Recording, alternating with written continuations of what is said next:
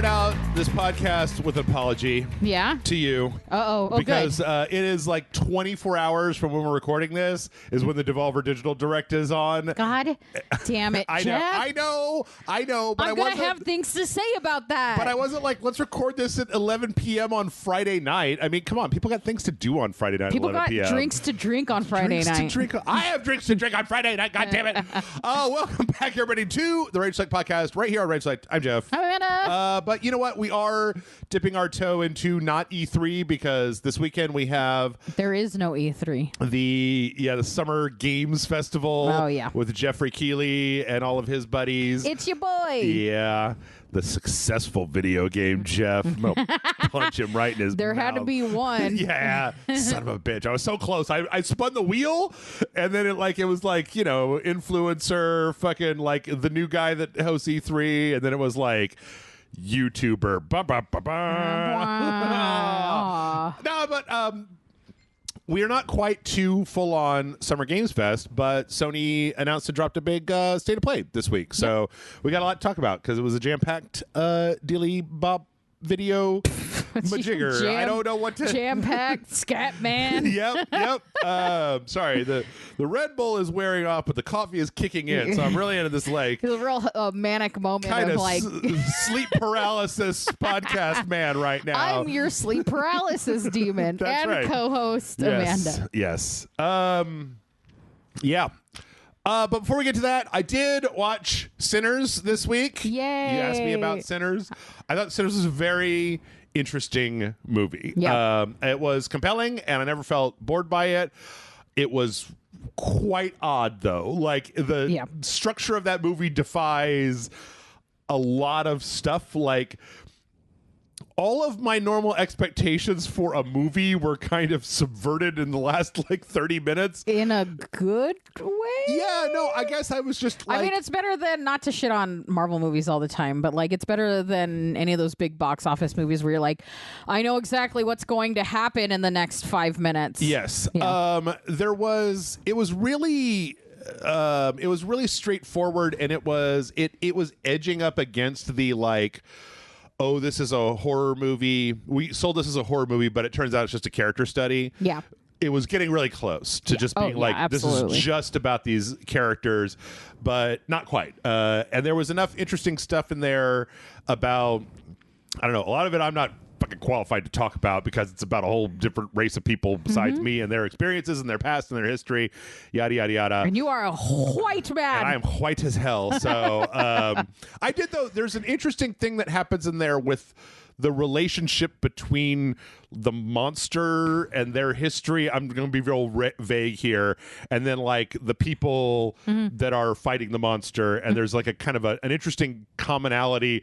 You know, a lot of times when you're watching a movie and the monster is like, join me. Like, you know, Nosferatu's like, come fuck my rotting corpse. Yeah. And you're like, ew, God, no. You know, I think I might pass on this one. But you know, swipe left. The monster in Sinners, he had a pretty decent argument. He did, yeah. Like, it wasn't the worst argument I've ever heard from a monster. So, but then there was a lot of stuff where it was like there's a big I'm sorry to keep being vague because I think everybody should go watch this movie. Like, I think you should go watch it. It's on VOD right now. I think it's totally worth like getting a copy of and watching. I like Ryan Coogler a lot. Like, yeah. I was actually more ambivalent about the first Black Panther than anything else he's done. But like, I think that was because it got Marvelized and they had to have a weird CGI fight at the end. Yeah. When I was like, this seems out of place. Yeah. But he is one of the few directors that has given us like in-depth characters in a Marvel movie. Where, yes. You know what I mean? Like, well, I actually enjoyed the second one because the movie itself was dealing with what's his name? Chadwick Boseman's death. So the characters in the movie were actually dealing with, you know, the same thing that people in reality were dealing with. But I still think that the first Creed, like, I thought, what is this? This is it seemed like such sequel franchise bait of like, okay, we want to make more Rocky movies. It could have been done so much cheaper. Yes. And he did not. Yes. He did not skimp on a good movie. Yeah. Anyway, though, back to Sinners. It's a good movie. It was interesting. It's not exactly like action packed. Like it's definitely a character story, and you got to kind of like sink down into it. But the thing that I always find, the way I know if I'm liking a movie or not liking a movie is whether I'm checking to see if it's been 30 minutes so I can go have a cigarette.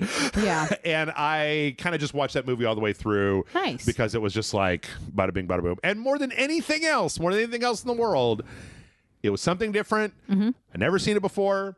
Everybody did a bang up job. Acting was great. Cinematography was great. It was nice to get characters in a horror movie where it's not stereotypical a bunch of teenagers. Yes. Or I mean, even there's plenty of times where it's not teenagers, but it's like the woman who's in charge but like always makes the bad decision, and the guy that's like secretly a monster and didn't tell anybody and for no reason except it makes for a better back half of the movie and all these things. And this one, it's like characters you care about. Yeah.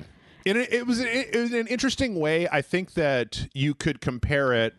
There's a couple of movies you could compare it to, but one of them, the most obvious one, would kind of ruin it for anybody who hasn't seen the movie. But I think that like sometimes with horror movies, you get a horror movie where it's like it's a really good movie that happens to have monsters or gore or supernatural stuff.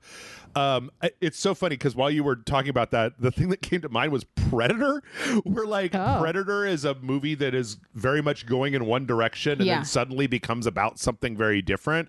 But because and like I'm not saying that the characters in Predator are like super deep or anything, but they're compelling enough that you're willing to follow them through the plot regardless. Yeah.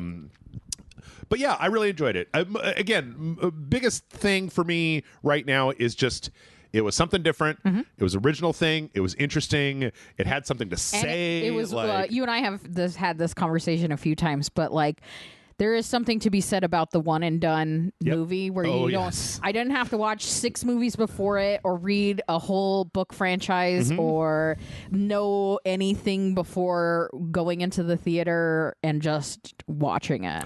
I think in a lot of ways, and we're gonna move on in just a minute, but like I think in a lot of ways, right now. Okay, so when I was a kid, I would read I was reading comic books, right? And I would follow artists. I'd be like, whatever Jim Lee draws, I'm gonna buy that comic. I'm gonna read it. Jim Lee's such a badass. Look at all this cool '90s art. Todd McFarlane does a Spider-Man. I don't even read Spider-Man, but I'm gonna buy that because I love his art. Yeah. And there was a certain point where I didn't realize that. I was reading Wildcats because Jim Lee created Wildcats. There was like 2 issues of Wildcats that were like drastically different and incredibly good. And years later, I found out that it's like you shouldn't follow like the franchise. You need to follow the writer who writes the way you like, because then it became okay. I'm gonna read anything. I mean, Warren Ellis pre all that stuff back when he was, or like Grant Morrison or Alan Moore, stuff like that. It's like, no. I don't even care who draws it. Like the art could actually be not good. I could not like the art. Yeah, but if the story is compelling, it doesn't matter. Because the first time I read Watchmen, I was like, God damn, this looks like garbage. And then it was like, but it's one of the best stories I've ever read in my entire life. Yeah, absolutely. So yeah, I'll probably follow Ryan Coogler around. Just he's got a free pass. Well, don't follow him around. Just on the street. Ryan, maybe just watch his Ryan, movie. what's next? It's Friday night. I don't even need to watch Ryan. Ryan, what do you got? Tell me a story. What's your next movie, Ryan? Come on. Come to my house and just tell me a story. I will say he apparently has been pitching X-Files reboot. Oh, there you go. And I was like, I'll watch that. Yeah. Yeah, because everything else, like you mentioned Marvel, and I was talking the other day. I mean, I don't know. Does anybody think that Fantastic Four movie is gonna? It doesn't even seem to matter whether they even review well anymore, because Thunderbolts, by all accounts, was not a bad movie. Yeah, it's just everybody's like, I'm fucking marveled out, man. I'm fucking tired of this. I don't know. Maybe Pedro Pascal will be enough to get the girls in. Maybe. I don't know. The girls and the gays. The silver surfer with silver boobs. I mean, hell yeah, maybe.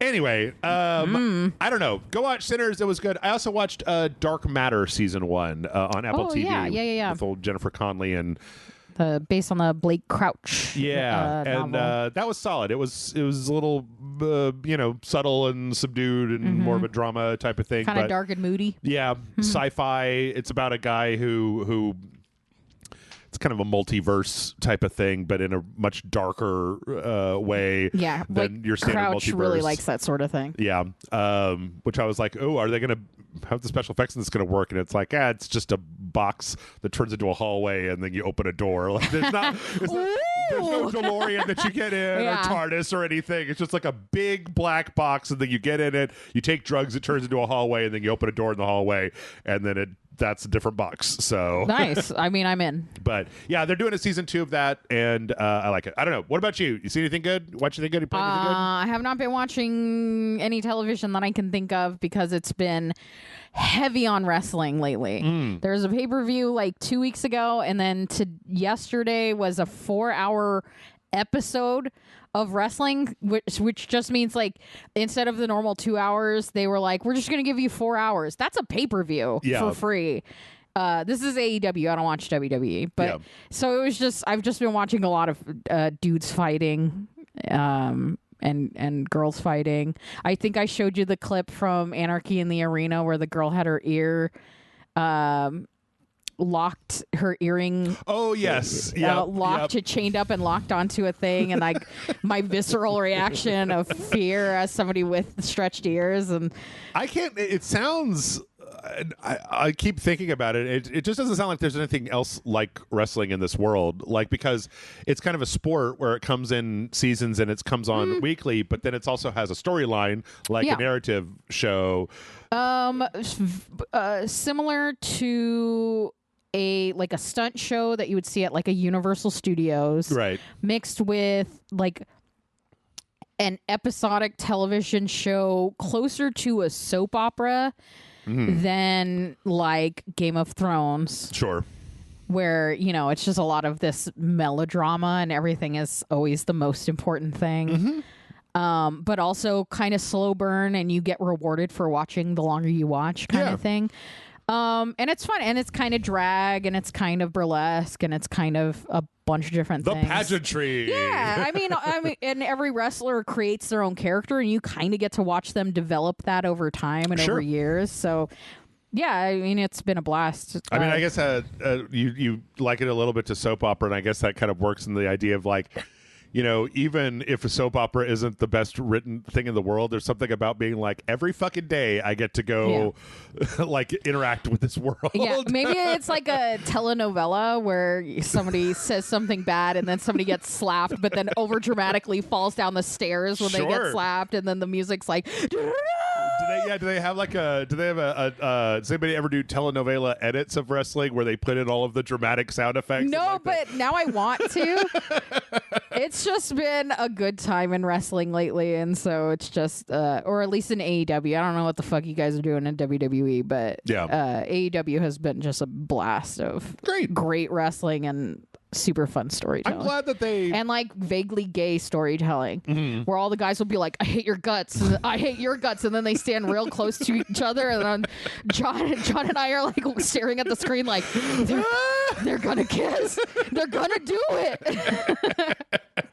It's gonna be some angry kissing going on here. Just two guys kissing the shit out of each other. I always argue. People always have this debate of like, what's the best finishing move? What's the best move? What's the move that like you love the most? And I'm always like, it doesn't matter. Yeah. Because nothing gets a reaction the way kissing and hugging get a reaction in wrestling. We just want everybody to get along, but we don't want to admit it. Yeah. Well, I have nothing to add to that. So let's... Speaking of getting along... let's jog along to the state of play that we got this week. I made a spreadsheet because it's easier when I make a spreadsheet. So, nice. Yeah, this one was pretty action-packed. Oop, gotta turn that down. Pretty action-packed. There's a lot going on in here. I mean, I'm pretty sure that this was basically Sony's their whole like E3 Summer Games Fest, kind of like just laying out like what the rest of this year, but mostly next year I think is going to be. I was going to say I thought a lot of them were like 2026. Yeah. So we started with Luminous Arise. Yeah, John was hyped. Yeah, I've tried. Like everybody keeps, the review scores are high, and everybody's like, "Oh my god, Luminous," and I'm like, I don't know, man. I'll just play Tetris if I want. Yeah, I mean, the idea of a game that you can just jump in and like plop into, and it's a puzzle game, and it's fun and whatever, seems great. But I told you before we started that Luminous is overstimulating for me, and I like it's too. It's like bright, and like this is exploding, and the music's like, dun, dun, dun, dun, and then you don't forget to hit the buttons, and I'm like, the whole time, like I don't want to play. It's like rave Tetris. It's like you're playing Tetris in the middle of a techno rave. It's like nobody told you that you were taking LSD while you were playing Tetris, and then it just starts hitting, and you're like, I don't know what's happening. Yeah, this is obviously Sony did a thing a little while back where they did the whole Tetris effect thing that was like a version of Tetris that you could play in VR, and then it had these like levels that would kind of go on forever, and they would change all these trippy warped backgrounds, and it seems very similar to what's going on here. It's also in VR. I've never understood. I played Tetris Effect in VR, and I was like, but why? Yeah. Like, it doesn't... Does it feel like they're falling on you? Are you dodging? Now you're looking at it up from the bottom. After the first row comes down, you're kind of fucked. Is the way? No. I think it's just to like immerse you in this like whole synesthesia. I feel like I would have a seizure. Yeah. Like what? Why? I don't know. It's fine. It's not really for me, but it's coming out this fall. Luminous Arise. I don't know. This is probably the thing that I was least interested in. Yeah. So. I think that they were also not super interested in it because it was the first thing. So they're just like, let's get this one out of the way. Yeah, I don't know. Sometimes they kick off the show. I guess you gotta go up. You gotta build. What is it, like a compliment sandwich? Yes. After that, an interesting blast from the past. We finally saw Pragmata come back. So this was announced in like, I don't know, it was like 2020 or 2021. Like it was early on in the PS5 lifestyle, and there was like, or life cycle, lifestyle. Lifestyle. So you doing that PlayStation lifestyle? PlayStation lifestyle. So the original one, it had like a spaceman and a little girl, like a guy in a spacesuit, and then a little girl, and then like a cyber cat. Like there was a cat that you could see through, and everybody was like, I don't know what that is, because it was like a city street that then started breaking apart, and everybody was floating in the air. Then it got delayed. Then it got delayed again. Then it went radio silent. I mean, in fairness, that sounds like it was happening right during COVID. Yeah. Yeah, I think it got a little jacked up because of that, but then also there was probably something going on. I mean, anytime this happens, there's something going on behind the scenes, but we got to see more of it with little girl and spaceman, and it looks like they're on some kind of moon base full of killer robots of some sort. There's some kind of evil corporation. Shock. Yeah. I think it looks really good. Like it does. The RE engine does really well. The little girl has a lot of hair. Yeah. Cut that fucking hair. Like individual strands of hair. And then she likes to apparently hack the planet. Well, she's like hanging on the guy's back, like doing like cyber attacks and hacking and like grabbing stuff. Yeah, and tell me if this is dumb. Yeah, because it might be, because I didn't play the game. Yeah, but like, do you get like a faint Death Stranding? Like if somebody went, what if Death Stranding but action? A little bit. Do you get what I mean? Yeah, because it's got, well, the guy's spacesuit is very, it's just very, it doesn't look super science fiction-y. Like it's obviously got like armor and stuff on it. Yeah. But yeah, I get where you're coming from with that, of like, there's a girl in a jacket. Like just holding on to the back and shooting. Like it just kind of gives me the vibe. I could see it. It's, I don't know. I'm interested to see more. It looks like a third-person action game. There's like a really brief moment in the action where they show, when the little girl's talking about hacking, where they show like there's like a big screen up that looks like there's like a mini game that you might do in real time. Like kind of either near Automata or like kind of a Dead Space almost style, where like the stuff on the screen is showing like elements that are going to interact with stuff. I don't know. But it's a good trailer, and I'm glad to hear that it's back on the table. Yeah, because it was an interesting concept, and that they didn't just scrap it. There was a I think it was a Capcom. It might have been a Konami game a long time ago that was called like Deep Down or something, where they showed like a full-on, it was like a medieval action game. They showed a full-on trailer for it at E3, and then it just disappeared and it never came back. And I think everybody was really afraid that was what was going to happen with this one. This is why you don't announce games until you are well into development and close to release date. Just don't announce games, period. I mean, E3 had a huge problem of like, oh, this game's coming out in 14 years, and then you'd never hear from it again. Let's see from there. We were both talking about how long does it take to clock a Suda51 game. We got 3 seconds. Romeo is a Dead Man, which started with this incredibly strange, like it's a 3D scene, but it feels looks rotoscoped almost. Everybody's in like Dr. Kat's squiggle vision. Yeah. The guy goes out the front door. The guy answers the door and then gets his face torn off by some kind of monster. Casual about it. They're like, it's fine. Yep. And then Grandpa's like, don't worry, Romeo. I had this thing that I made in case your face ever got torn off. Let me jam it into your eyeball. The second he got stabbed in the eyeball, I was like, this is a Suda51 game. There's no way some character's like, I'm dead. And they're like, oh, it's fine. I'll just stab your eye hole. Yep. That's Suda. And then there's a bunch of guys swimming around the bloodstream, and then he turns into a Power Ranger Kamen Rider guy. Yeah, he looks cool as fuck, though. Like, that looks great. And it's some kind of ultraviolet third-person, hacky, slashy, crazy techno thing. Suda51, don't ever fucking change. Don't change for anyone. I've said it before and I'll say it again, Amanda. I don't know how Suda51 keeps getting money to make video games, because I don't feel like any of them sell well enough to for there to be like a financial incentive to make another one.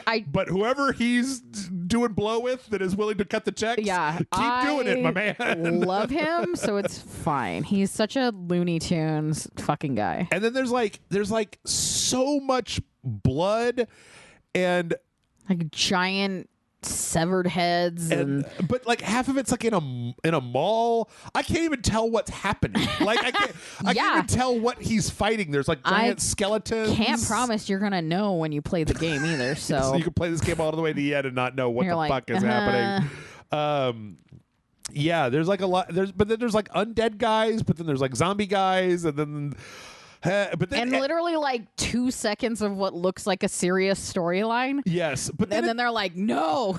But then at the end, there's also this montage that shows like anime and manga panels and like other video games, like retro games, and like a Pac-Man, weird and filters, like and I'm like, what? Just fried chicken being eaten with the chopstick. Yep.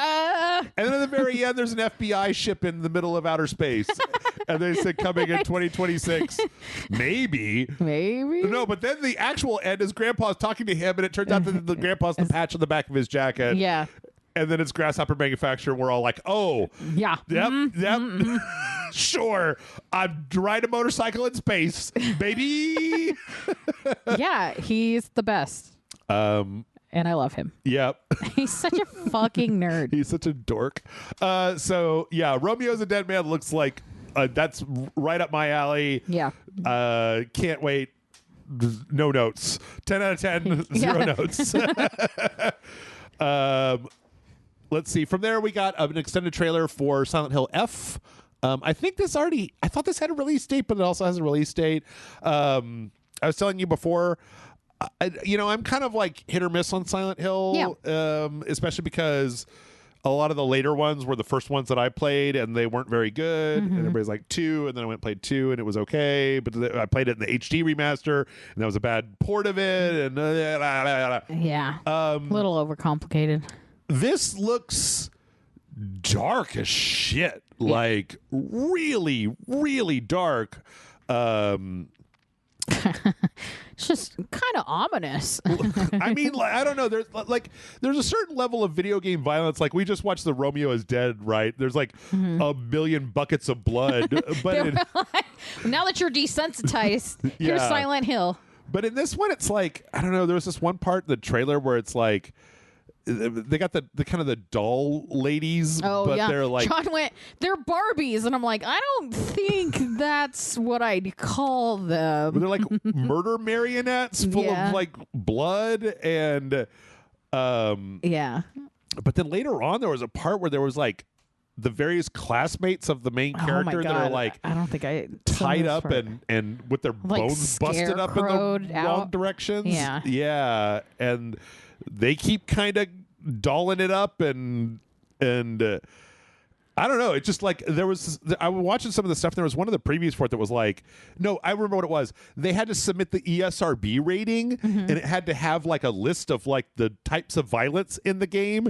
And when you read through them, it was like, fuck's sake, man! like I think I might have some PTSD from reading the list. Yeah. It also is helpful that the game engine is really nice and that the characters all look very realistic, like actual people, which kind of makes the spooky corpsiness a little worse. Yeah. So I don't know what is happening in this trailer. Yeah.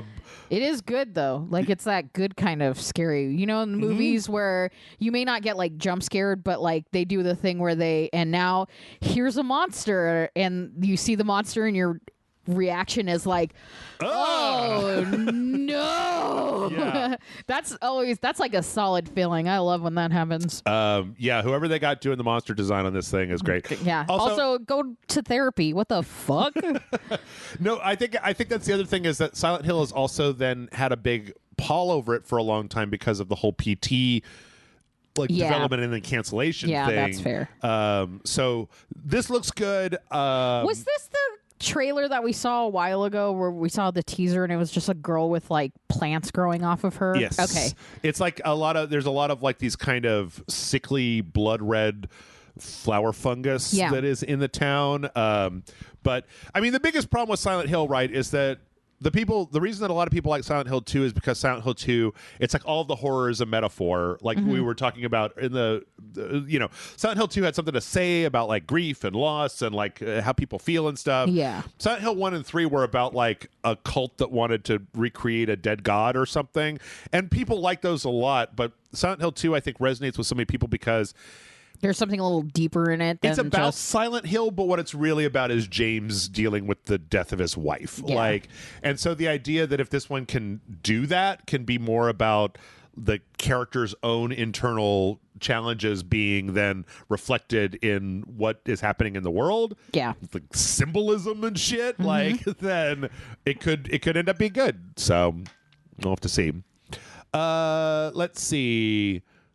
Oh wait, did they say when the September 25th, 2025. From there, we got a trailer for Bloodstained, The Scarlet Engagement. Bloodstained was the Castlevania game that the guy that made Castlevania, when he left Konami, kickstarted. Yeah. And it was good. I liked it. They had a couple of spin-off games, too, some like NES-style Castlevania-style games that were good. Nice. This one is interesting because I think it looks very much like that same thing.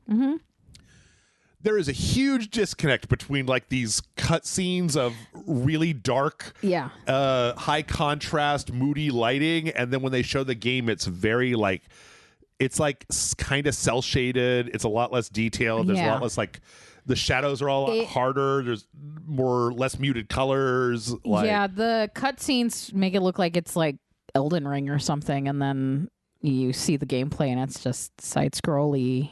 Yeah.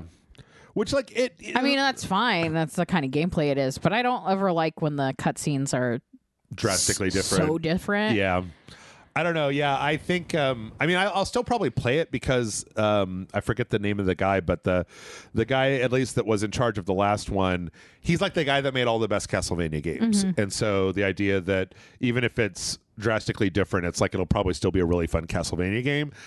I am a little though. It's very weird, the disconnect, because I was watching it and I was like, "Oh shit, this new Bloodstained," and then it showed the gameplay and I was like, "Oh no, that's the old Bloodstained. What is Yeah. happening here?" Yeah. So I don't know. We'll see. Not a bloodstained girl. Would they stay? Was that next year or this year? Was there a date on that? I didn't see one. Anyway, Tittle Death Edition 2026. There we go. I'm not going to make it. Let's see. From there, we got a new trailer for Digimon Time Stranger. Oh my God, I know. My brother sent it to me like 4 times. This is like the Pokemon Arceus of Digimon, where it's Yeah. like third person running around, but then also they're like time agents or something that came from the future where the Digimon destroyed everything, as they obviously would. They're like cybernetic T-Rexes. They're digital monsters, first of all. Second of all, they talk. They're all they're all way bigger and more aggressive than Pokemon. I don't think you can just hang around with those not digital all monsters. of them. There's like little poop monsters. And like some of them are just a slimy lady. guys. Yeah, and then they digivolve into sexy, sexy ladies. And men. I wish I had anything to say about this, Amanda, but I don't know enough about Digimon, and this trailer didn't give a fuck that I don't know anything about Digimon. I tried in my youth, and I cannot do it. I Yep. just don't have the capacity to understand any of it. When this comes out, I'm going to invite Matt over to tell me everything about Digimon, and that's like how it's got to be, because I don't know jack shit, and I refuse to learn. Yeah. There's a finite number of years in my life, and I refuse to... I cannot dedicate any of that time to Digimon. That's right. I already know a little bit about Pokemon, and I don't even want to know that. So... Okay, Pal World. but it looks good. Like, you know, the graphics and everything are nice. Yeah, as far as Digimon games, this is probably the best looking one I've ever seen. Yep. And that's October of this year. Nice.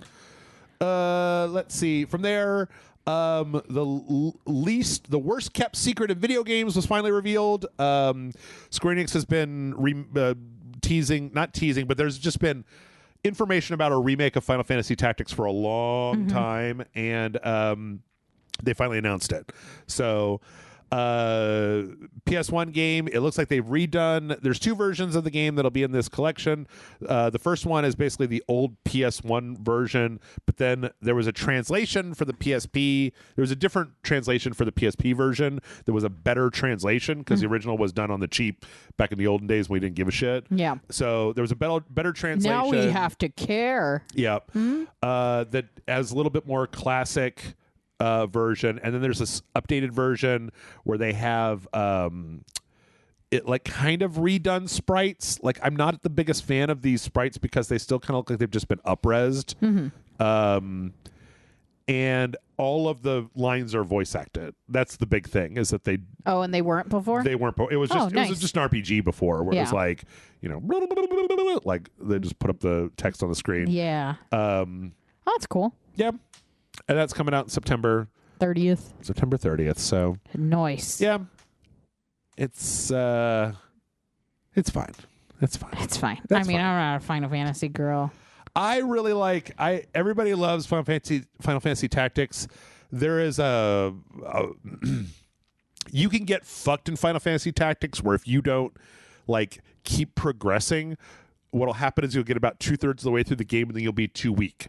And so you can't grind because all of the random encounters are hard enough that they'll all kill you. Yeah. You can't go to the next story beat because that's too hard and that'll kill you. And it's just like, well, you need to start the game over. And when I realized that when I was playing the game, I was like, That's the end of me playing that game. goodbye, Yeah. good night, everybody. So I don't know.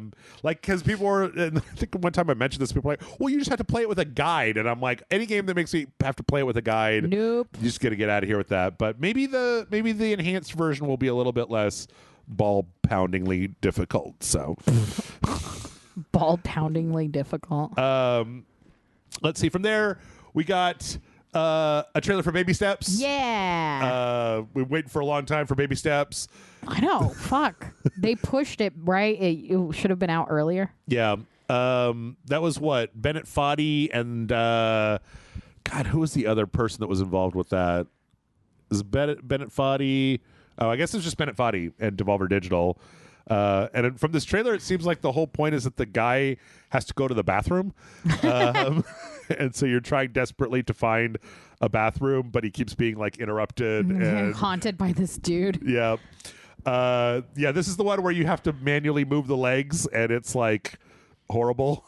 Yeah.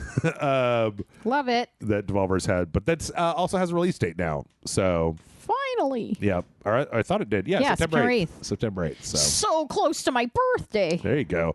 Happy birthday. Here's a sweaty man-child that needs to pee. Yes.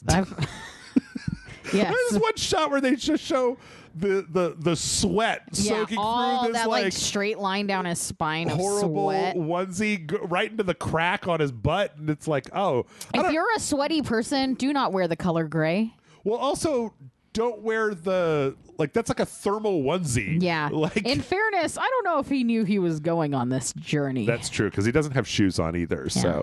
So, but yeah, there's your baby steps. Yeah. Let's see. After that, we saw the announcement of a game called Hirogami. Yeah. It's like a kind of like a 3D action game where you play as a little origami character that then folds up into different little like monsters and frogs airplanes and armadillos cranes and armadillos. Yeah, I was into it. Yeah, I love little like creative ways of creating characters. The thing I thought of when I saw this was like the enemies here have this like chromatic aberration on them, and then they look like the TikTok logo because they're black, and then they have like teal and pink coming off of them. Yeah, you're right. Yeah, and I was like, kill it, kill TikTok, get it. Don't let it get in your house. But yeah, that's coming September 3rd. It reminds me of like a Tearaway. Remember Tearaway was like a foldy paper world? Yeah. Oh my god. Like that. Yeah. I feel like Sony has a real hard on for this type of game, and they really want it to happen. But. Yeah. Well, Nintendo's really taken over with everything's a yarn. Yeah. So you got to figure, what else can we do? What other crafts do we have? Everybody's Golf Hot Shots was next. Kind of online little anime golf game. Hell yeah. I actually love me a golf game, so I might actually play this. But is this multiplayer? We should do a RageSelect golf tournament. Golf tournament? Maybe. Yeah, I don't know. It's a golf game, and you can if you pre-order, you can have Pac-Man. I think that Bandai Namco is overestimating how much I like Pac-Man. Yeah. If they'd have given me like an Elden Ring character, I would have been more interested playing golf with the golf pants and the like hat. Yep. Let's see. After that, we got a full-on release date for Ninja Gaiden Ragebound. This is the 2D side-scrolling Ninja Gaiden game that's being made by the guys that made Blasphemous. My coworker asked if I was excited about this game, and I was like, no. Like, I'm not. How did your coworker even know about this game? I am not a good gamer. And you think, oh, she'll like Ninja Gaiden. No. It's also like... looks hard as shit. Yeah, can you imagine me even kind of playing this? The frustration I would have? Not to be insulting, but not really. Yeah. Well, it's not my jam. Yeah. You watch me crash into cars in Mario Kart. Like, I just kept running straight into them. Amanda, I have to play on the other side of the screen with you in Split Fiction every week. How dare you? Sometimes I am carrying us to the next level. Don't pretend like I can't do it. July 31st. Ninja Gaiden Ragebound is coming out. That's good. That's good. I like that. Everybody, the fucking game bakers keep trying to get me to care about this Cairn game. Yeah. Where you play as a lady that's climbing up a mountain. There was a game. Why would I want to play as a lady climbing up a mountain when I could play as a sweaty dude in gray just walking a straight line? It also looks like you have to control them a little like the Baby Steps character. Yeah. Like there's some places where their legs are moving in very weird ways that makes you think that you have to like use the stick to move the legs type of thing. If I liked rock climbing enough to play a game about rock climbing, I probably wouldn't play video games and I would rock climb. There was also a game like 2 years ago that was about climbing up to the top of a big mountain that I played that I thought was fun. But this one, like the main character seems like they hate everything. Like they don't even want to be climbing the rocks. Like there's a part in this trailer where like somebody else is like, oh, hey, I see you're on the mountain. How are you doing? And she's just like, yeah. And I'm like, okay, fine. But there's a demo. Like, we can't both hate this. One of us has to be enjoying this. Otherwise, I'm not going to play it. Yeah. There's a demo out for that, and it's coming out November 5th. So I also think that there's been some stories about the game bakers and their financial situation, and I think if that game doesn't work, that might not be that might be the last one. So, really, probably shouldn't have put all your eggs in the climbing a mountain basket. I think that was one of those things where during the pandemic they had a big influx and they started development on 3 games, and that was the one that went the fastest. And so then when they had to start cutting, they had to cut the stuff that took a little longer. That was going to take longer. Yeah. Digital Eclipse is putting out a big Mortal Kombat collection. Yeah. This is cool. It's got at least Mortal Kombat 1, 2, 3, Ultimate, and 4, and then there's going to be some more. There was like question marks in here. They also apparently have different versions. They showed like the Game Boy version of Mortal Kombat. Jesus, it looks really clean though. Like, yeah. Well, I think Digital Eclipse, if I'm not mistaken, they've done a couple of like game archival things. They did that Karateka, like big Karateka thing. They also, I think, did a Prince of Persia thing. Fuck off, spam. Big Prince of Persia thing where they do a lot of behind the scenes stuff. Yeah. They gather up archival footage and they put together like a big timeline. So it's less just like a Cowabunga collection, and it's more like here's a whole document of the history like an of actual this thing. appreciation of its history. I think that's this company that did this, but all this stuff is going to have rollback netcode, which people prefer for online play. There's a bunch of question marks. I really want to know if one of those question marks is fucking Shaolin Monks, because I want to play that game so bad. That's funny. Sick. But yeah, I mean, like, why not have yourself a good time and play a bunch of old Mortal Kombat games? Fun game. Yeah, no problemo. I like the ones where I murder people. I know it's my favorite thing to do. Let's see. From there, oh yeah, we got a Nintendo or Sony is making a fighting game joystick, like fuck yeah, like an arcade stick, stick. Yeah, they've never made one before, so this is the first one they're making, and they just kind of showed off a lot of it. It's called Project Defiant. I think there's not a lot of information out there about it right now, but you know, like, that's a market they haven't tapped yet, and that's awesome. They're selling. That's perfect to show right after the Mortal Kombat stuff. Oh yeah, yeah, yeah. Let's see. After that, we got an extended look at Metal Gear Solid Delta. This is a little bit more gameplay than we got last time. This one showed off some other areas in the game, especially a lot of like later game areas. I don't know. There's a little bit of weirdness to how it seemed like brighter than I thought it was going to be. Like everything was very in the middle of the daytime, like high noon and shit. So, I don't know. I mean, you know, I like the fact that it looks like they're trying real hard to stay very, very true to like what the original game was. Yeah. So. But I've also played Metal Gear Solid 3 like a shitload of time. I did a sequential with Jason for Metal Gear Solid 3. Yeah. It was like the third thing we did on RageSelect was we played all the way through Metal Gear Solid 3. Years ago. And Jason hated it. So they also shut off the Ape Escape levels that were on the PlayStation originally. And then they also shut off this thing at the end that makes it look like they're putting in the camo. There was like a style of camo in Metal Gear Solid 4 that was like an adaptive camo that would turn into whatever you were near. And they got this little scene. I don't know what the hell that is. I've never seen that before. So. Yeah, it's cool. But yeah.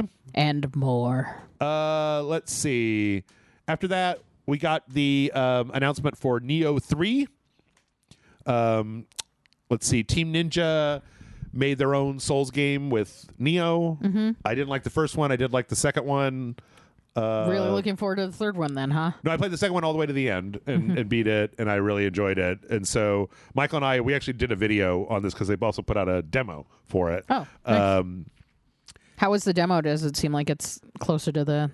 It's really interesting because you see what just happened there is they've got this new system where you make you've got a doubled character where you switch between basically samurai and ninja style, and each one of them has their own kind of like loadout and specs and stuff. Yeah. So you can kind of switch between this kind of like tankier and then a more damage kind of character. But I don't know. It looks fine. Like the big thing was the last game that they made.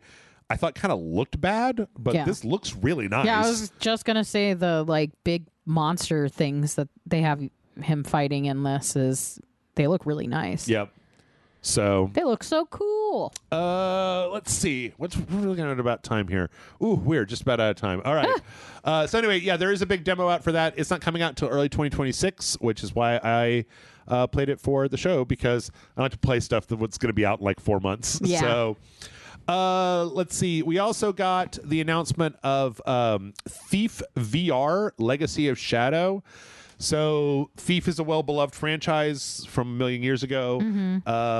Everybody loves it. Everybody wants more of it. And then that creates that kind of fan base that is never happy about anything ever. Yeah. This is probably going to be not very well received. The lead character is a lady instead of the well-beloved. A woman? The main character of the game is, I think, called Garrett or something, and it was like a well-beloved character. So changing the main character, it's a VR game. Yeah, that's kind of rough for anyone. So I don't know. There's a lot of maybe I'm just on Reddit too much, but there seemed to be a lot of grousing about this. I don't really care because I never got into Thief. So, it's one of those things where there's like a fan base you're aware of that is really passionate. Yeah. And you're like, but I don't care. Yeah. Like, I don't care. When you're not passionate and they're like climbing up the walls, being so mad. Well, you're burn the whole town down. Yeah, man. Fuck. Stick it to the man, I guess. I don't know. Yep. And then let's wrap up with. Wrap it up. I hate this game. What is it? It's called Tides of Tomorrow, and it's this weird first-person game. It's from. Do you remember there was a game? I don't know if you and I played it. That was called Road 96. That was like you're like hitchhiking and you're picking people up and you're making choices, and it's about like a world where. It's like the authoritarian government. Yeah. You're trying to get to the Canadian border or something like that. Yeah. I kind of feel this is from those guys, but it's something different, and it's like this water world, like sea place that you're on, and it's really unclear what you're doing. But the hook of the game is that you're going into other players' games, and you will see ghosts of them playing the game, and then you could choose whether to like follow them or deviate, and then like their choices will have happened, so you'll have to deal with the consequences of their choices. Dude, I don't even want to deal with the consequences of people's choices in the real world. Why would I want that in the video game? I don't know. Like, I may be judging this too harshly because I haven't enjoyed any of these guys' games. Like, they have very good art direction. Yeah. Everything looks really cool and nice, but every time I play their games, I end up just being kind of bored by them. Yeah. And also, I just don't know how this is supposed to work with this. You're going into somebody's game and they've already fucked everything up. It's like, why would I want to be in that game? I don't know. I don't want my fingerprints on that train wreck. So I don't know. It's a weird concept, and maybe if I see a little bit more of it, I'll be endeared because, again, like I said before, I think the art style is very nice. Yeah, like super. I think that there's this kind of like weird neon illness that everybody has. Yeah. It's like, everybody's sick at the rave today. I got the neon illness. And I do like a underwater settings and like aquatic kind of water worldy type of stuff, but it's unclear. It's also unclear from this trailer how much of this is actually for realsies and how much of it is like staged as a trailer thing. So I don't know. Yeah. I don't know. Very weird. Anyway, with that, we are going to go ahead and take a break. We've got, we got to go faster. Uh-oh. We must go faster. Uh-oh. Actually, I mean, I don't know. Less opinions, more trailers. Well, yeah, but what's the point of being like, and then there was a trailer for this one game, and then there was a trailer for another game, and a trailer for another game, and I thought they all looked okay. All right, thanks everybody for watching. Neat. Cool. Give Neat. me money. Or like, what about this one and that one? Yeah. Anyway, we're going to do better than that. We're going to do better than that. Probably. Probably. Probably. But we'll be right back.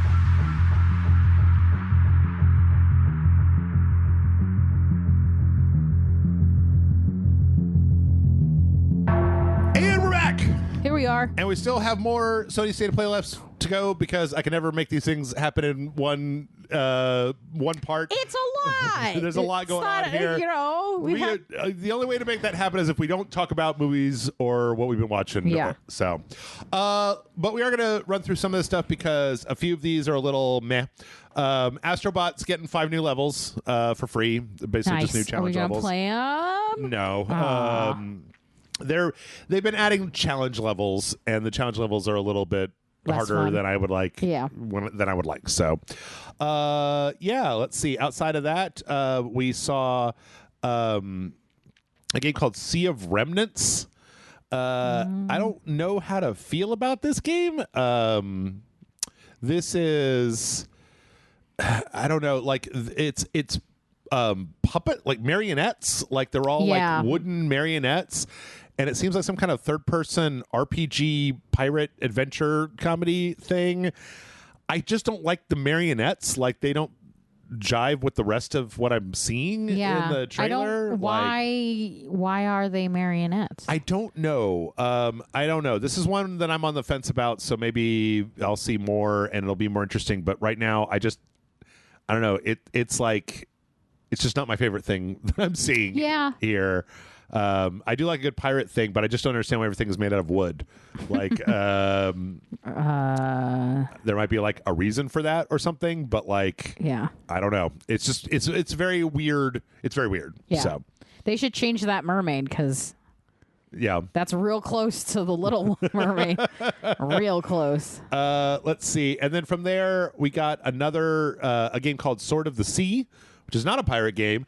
This is from the creators of Abzu and a game called The Pathless that was like a launch game for the PS5, maybe 4. Mm-hmm. It's very Journey-esque, where you're like a kind of a weird guy skateboarding on a sword through the environment. And the environment is like, everything is kind of underwater, even though it's not underwater. Yeah. Like there's like fish pretty, though. Flying through the sky. Yeah. I don't know. Some of these, like a lot of times games like this, they're very vibes heavy, and they're not very mechanics heavy, and so I end up getting bored of them. But I'm not sure. This one, it's very striking looking. It's that like meditative gameplay, you know. Because Journey was like that for me, where I just. But the Journey was like 4 hours long. So then when you get a game like this, it's like 14 hours long, and you're like, I don't know if I want to do that for that long. I don't need to vibe that long. But I don't know. They're obviously putting their underwater Tony Hawk surreal skater. Yes, chops to the test. Yeah. Anyway, but from there, we finally got a look. Oh, wait, was it talked about Firebreak coming to the PS catalog? Nice. There's a bunch of PS2 games: Deus Ex, Twisted Metal 3 and 4. Oh my god, my brother's gonna shit himself. Resident Evil 2 and 3. Yeah.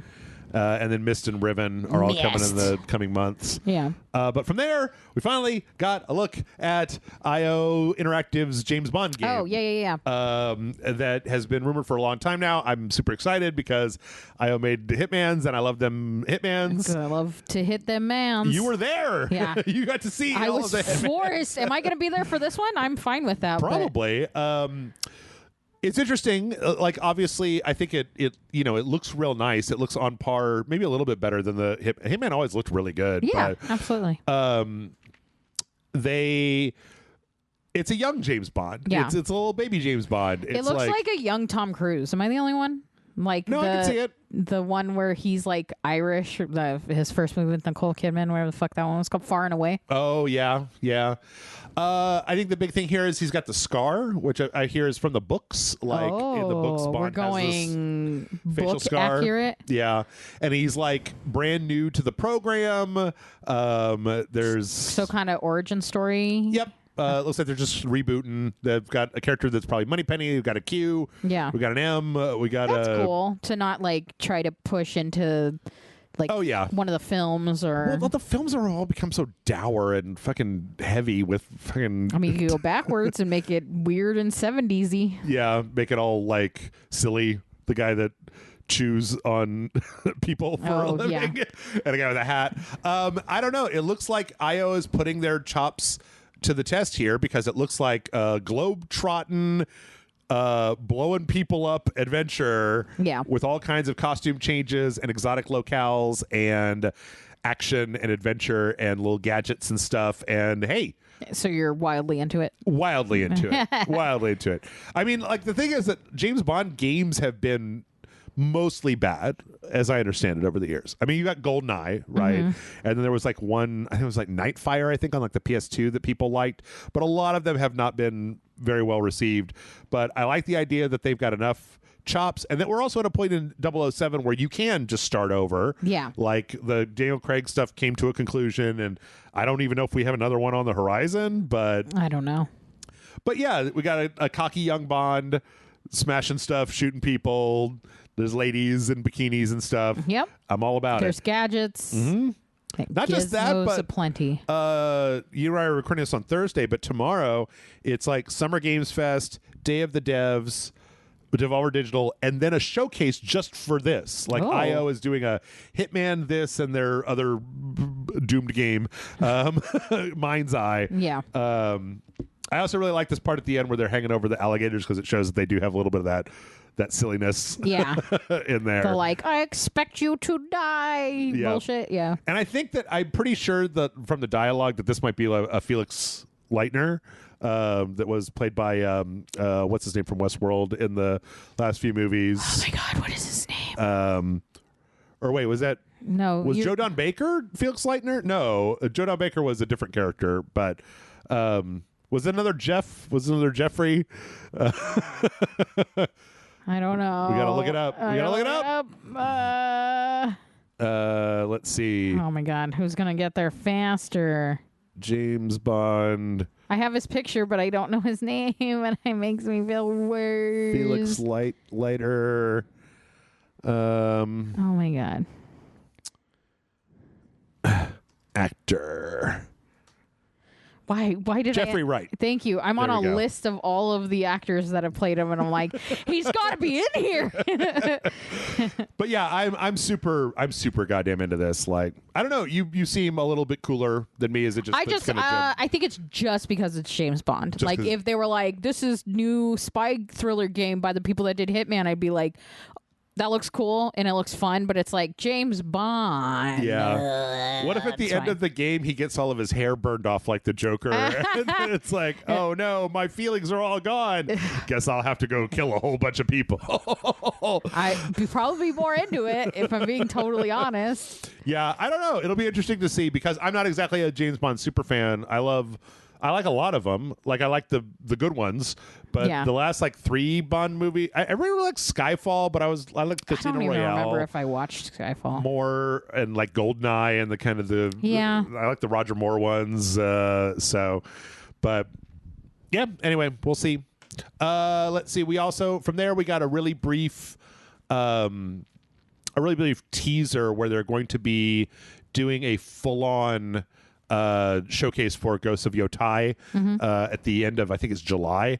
So it was just a really brief thing that showed the character in this like a big wolf with her. So I'm still, Sucker Punch ain't done me wrong, and Ghost of Tsushima was great. So I'm all in for this. I don't know. We'll see more But later. It's a woman, Jeff. Did you consider that it's a woman in a video game? I did. And then I went, oh, yeah, that's right. I don't care. Yeah, this game looks good if it wasn't for the vagina. I don't care what the gender is of the person that's hacking people's heads off. What's the gender of the dog? I don't know. I'll only play this game if that dog's a boy dog. I did appreciate, though, that they got a really dirty dog mouth up in there. They're like, nobody's brushing this wolf's teeth. That's right. No greenies for this dog in Ghosts of Yotai. And then it ended with the big thing that I think everybody's talking about, Marvel Toku Fighting Souls, a 4-on-4 Marvel fighting game being made by Arc System Works.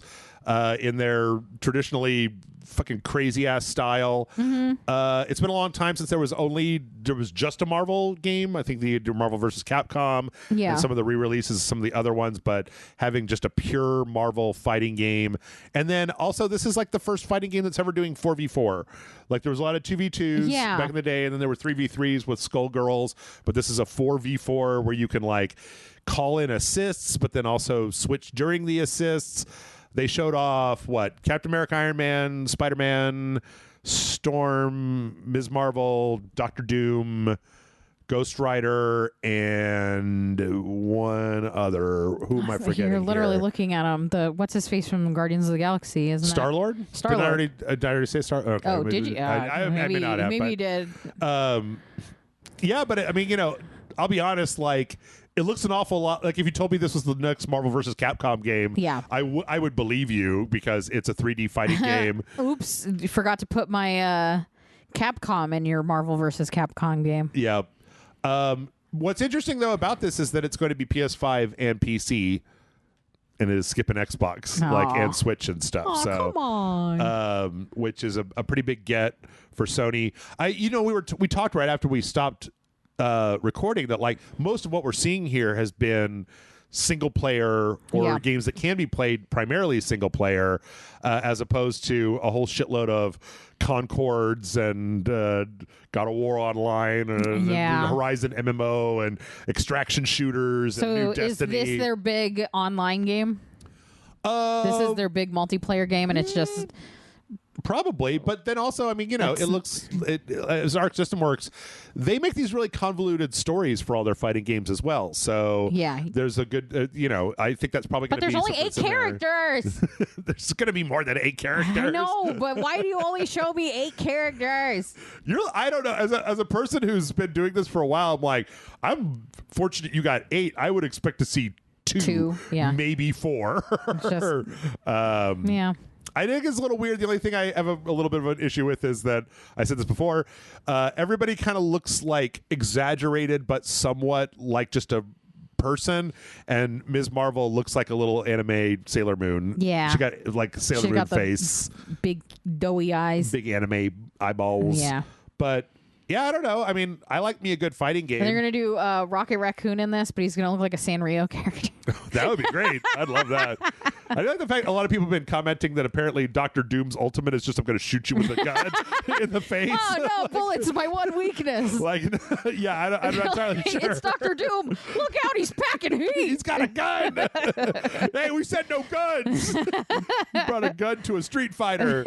But everything I'm seeing here looks really good. Yeah, I like the designs, even super Tony Iron Man Gundam Iron Man. Yeah, I kind of like it. Iron Gundam. I just think it's kind of fun to do a little like what if anime? What if we animate them a little bit? It's fun. Yeah, that's probably why I want to see more. It's just I want to see them do other characters with this design.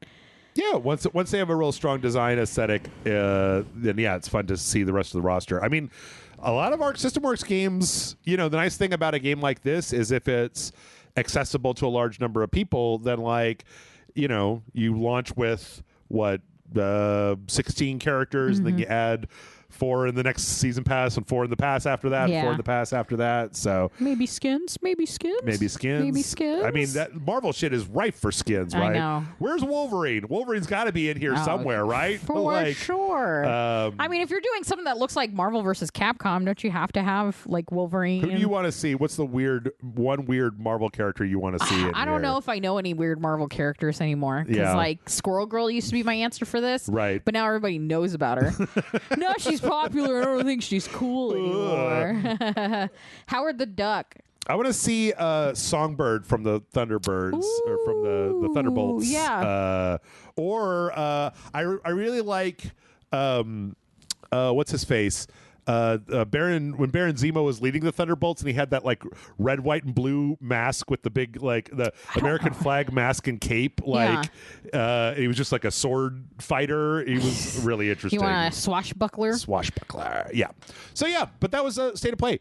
Gotta be honest, like I saw I saw one comment online where somebody was like, "Oh, I didn't really like anything that was in here," and I'm like, compared to a lot of the previous years where it's been 50% fucking online multiplayer shooters, farm simulators, and some bullshit free-to-play nonsense that I don't give a crap about. Yeah. I give a crap about way more of this than I did. Yeah, if the worst thing that I can say about the games that are shown is that, like, it's not the genre I play, or it's like a nostalgia bait for something that I didn't play when I was younger. Yeah. That's pretty good. I mean, like, so many more of these are interesting than were not interesting to me. Yeah. Like, I'd agree with that. Yeah. In fact, I'm not even going to call them out because it was mostly just good I'm stuff. really just mostly interested in the guy in the sweaty gray. Oh, baby steps. Yeah. The baby steps and Suda 51. Yeah. But hey, you know what? It was we didn't. Oh, have to do I go- not have a type? Which is like weird and pointless. What, the Devolver Digital game and the Suda 51 game? Yeah. So you're only interested in the games that you're friends with the people who make them on Twitter. Yes, yeah. The ones that paid me to get a tattoo, and the one that used to follow me on Twitter but no longer follows me on Twitter. There you go. Suda. Yeah. 007, I'm real into that because I want to like it. I really hope that it doesn't. I mean, it looks good. I just don't care about James Bond. Yeah. Fuck that guy. I don't know why I decided we needed to go aggressive against it. Yeah. And so with that, we're going to go ahead and just jump into, okay, we got 30 minutes. We don't have a lot of news. We don't have a crap load of news. I anticipated. Have 30 minutes worth of news? I think we got 30 minutes worth of news. Speaking of that brand new shit, the Nintendo Switch 2 launched last week. I want it so bad. Sorry, I let Amanda play Mario Kart with Cal for like 10 minutes before we started. And it was just kind of mean on my part. Yeah, but yeah, I walked in like, are you ready to record? And Jeff's like, I guess, but we could play the Nintendo Switch 2. Yeah. So Nintendo Switch 2 came out, and as with, I mean, like, it's so weird to think that, you know, I was doing this podcast when the Switch 1 came out, and I was doing this podcast when a lot of the new consoles came out. Yeah. This has been kind of rocky. There's just all these, you know, the like, you have to agree not to have a class action lawsuit against Nintendo, and like the camera is going to make the game a little bit slower. And there's just all this like rocky stuff between the price and some of the availability and all that stuff. So, but it's out now, and we'll have to see how it goes. There were a few kind of last minute stories I wanted to touch on. One is that it's very weird. All of the like streaming apps, like your Hulu and Crunchyroll and Netflix, are not like quote unquote backwards compatible on the Switch 2, so they're not there. Like, so you'll have to. I didn't even know they were on the Switch 1. Yes, you're telling me I could have been fucking watching stuff on my goddamn Nintendo Switch? Yes, I guess I still can because I have. Because you have a goddamn Nintendo Switch. I have a goddamn Nintendo Switch. I mean, they've had those on everything. Yeah. So it's just, I just was like, everything looks like shit. Why would I? Why do I watch on this 720p bullshit screen? Well, because I only play games that are cutesy, so if it looks like shit, you can't tell. My phone has a better resolution than this.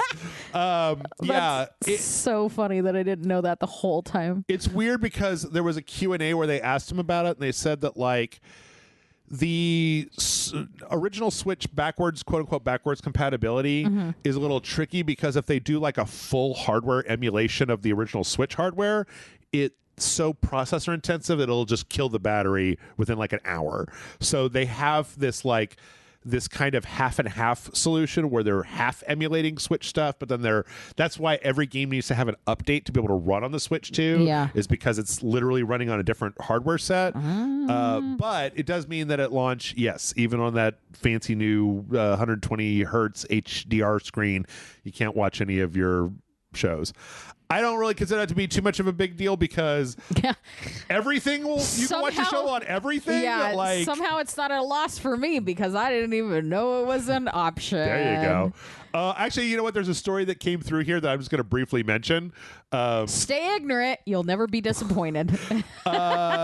So there was a midnight launch for the Switch 2 in a GameStop in New York. And at one of them, they were taking the boxes and then stapling people's receipts to the front of the box without knowing that, like, it's one of those boxes where the front of the box is right over where the screen is. Oh, my God. And literally people were having the staple in their holes in the screen. I would be so upset. Yes, me too. Especially because Relatively limited availability right now, Yeah. so it's not like you're going to get a replacement. It wouldn't really matter, I guess, as much for me because I just keep my shit in the dock all the time, so who cares? But yeah, that sucks. Don't fucking do that. we also got a report that a bunch of people who pre-ordered their Switches from Target, Walmart, and Best Buy all got emails the day before launch saying, "Hey, your order's been canceled. Here's a $15 credit." Wow. They're not entirely sure why this has happened. That it might have been that those retailers oversold, or that the stock that came in was lower than they expected. Even though last week we had articles about like Target had just like pallets of Switches in a cage on the floor, like in the store, like you could 4 see days them. before launch. People just like, let me in. Yes. But yeah, I have my best friend in Philly right now is him and his girlfriend are on the hunt for. Yeah, they're like going store to store. You know, apparently they're getting like next day. Today is launch day. Yeah. Apparently, like Targets are like, we're getting restocks tomorrow. So I didn't go to the midnight launch at Best Buy where I pre-ordered mine, and I went this morning to pick mine up, and there was a line of. It was all dudes. It was just all middle-aged dudes in front of the store. And when the store opened, they split basically equally between the like, I'm picking up my pre-order and I'm just here to buy a Switch 2. Yeah. And like the people in line for the Switch 2, it was actually going faster for them because they were just like, give me Switch 2, here's my money, I'm out of here. Yeah. And I mean, like when Michael got my Switch, you know, there were like 4 at that GameStop. Yeah. And here there was like a line of like 15 dudes and like at least the first 8 or 9 in and out, and it was like it wasn't a huge stampede or any bullshit. They just went to a Best Buy at 10 a.m. on launch day and bought like a Switch. Black Friday or something. Yeah, so I don't know. My favorite thing was, I think it was on a Discord or a comment on one of our posts, and somebody was like, "I wonder if Michael's in line." At a midnight. Yeah. I told I still have my my reservation to buy a Switch 2 in with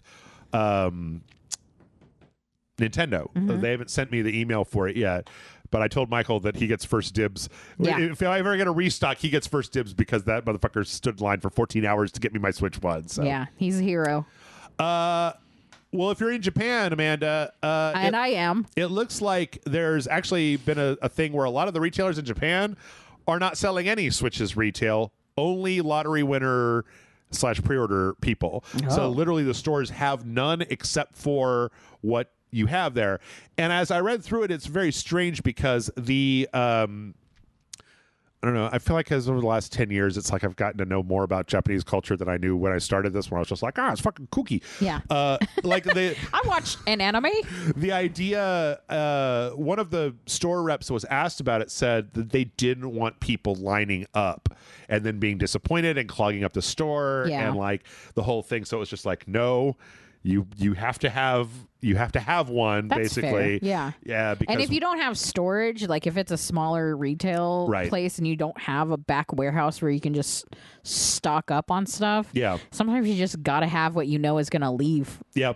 It's gonna be very interesting to see how this goes, because like, you know, this is day 1 and they're all sold out, right? Yeah. Or I don't even know. They might not even all be sold out. It's unclear. It seems like everybody's treating it like the mad gold rush, but that Nintendo might actually have gotten enough stock to do. Yeah. I mean, if there's already regular restocks, enough for even just a few people and store opening or midnight getting stuff, that already sounds like it's better than PS5 launch, than Xbox launch. Like, I mean, but all that shit happened during the pandemic as well, so it's unclear about whether, like, if it had been normal circumstances, would it have been easier? I don't know what normal circumstances are anymore, Jeff. Nobody does. Let's see.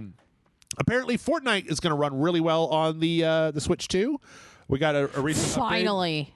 Well, one of the big things was that the last one ran at 30 FPS locked, and it didn't have any of like the lighting stuff from Unreal Engine, which is a little bit of a kick in the pants for a company that is trying to get their engine on everything is very flexible. Yeah. But this new one, apparently, on the Switch 2, it runs at 60 frames per second. It runs at 4K. It runs with ray tracing turned on, and you can use the mouse as like your mouse aiming if you wanted to play it that way. That's actually smart because, I imagine that'd be a lot better. Yeah. I actually hooked up because the Joy-Con things are like they've got a big slot in them, but they're mostly made for you to put these little nubs down on a desk and move them like around with no friction. Yeah.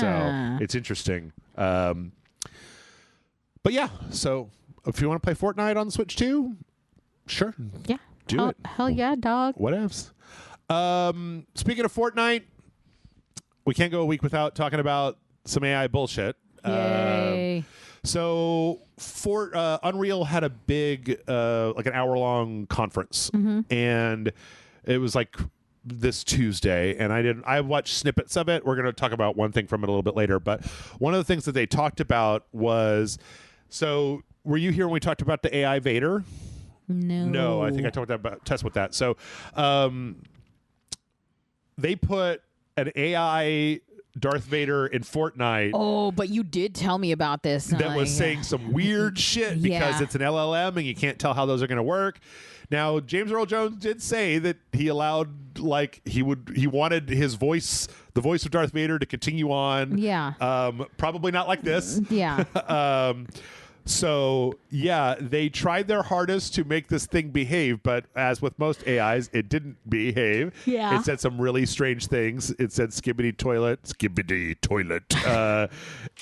It said at one point, Spanish, a language frequently used by smugglers and outlaws. Oh my God. And we're like, Darth Vader, what are you doing? There was one point where Darth Vader was like, if you continue with this misbehavior, there will be consequences. And I don't just mean in this video game. And you're like, is AI Darth Vader coming to my house? That's, yeah. So I thought it was hilarious because AI is this thing that, like, they have jumped the gun on then trying to put it in too many places. Yeah. It's not ready, and they keep doing it even though it's not ready. But it turns out that was just a test run, because at their big Unreal thing, they said that they are now going to be adding that AI functionality into the Fortnite engine.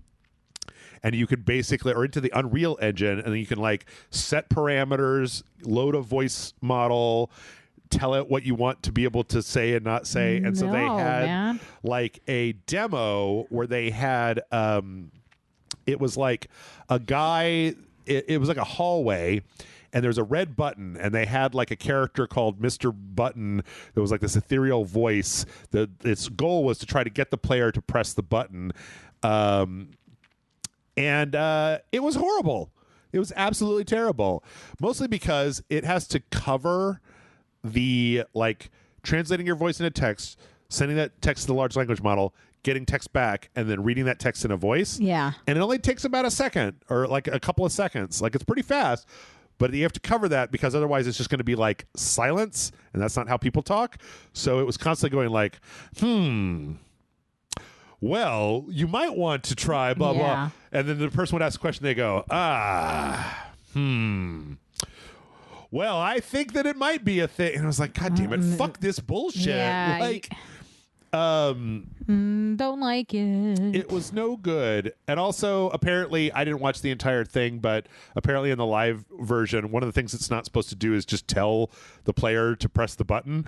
But the person who's doing the demo just kept refusing to press the button, and finally was like, will you just please press this button? And it was like, well, wait a minute. Did you just frustrate the AI enough to break its own?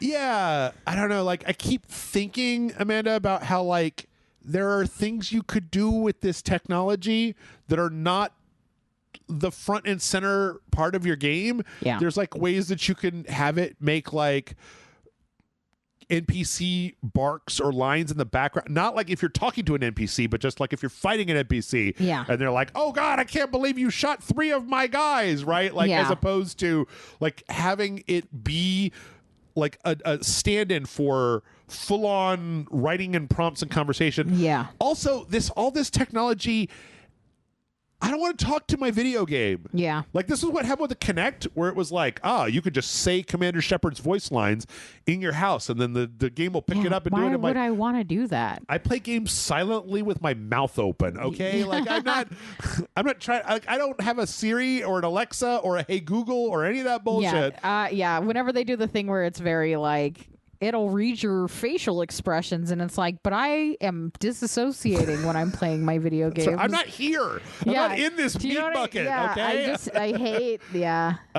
So that sucks because I don't even like when WarioWare was like, blow on the console. I'm like, no, you blow. It sucks because there are so many places that this technology could be used to make video games better, but by shoving it front and center, you're making video games worse. Mm-hmm. Even though hearing Darth Vader say "skibbity toilet" was probably one of the top 5 things that's happened this year so far, and I do like dumb AIs doing dumb things, dumb stuff. Yeah, so it was all fun and games when it was Will Smith eating spaghetti.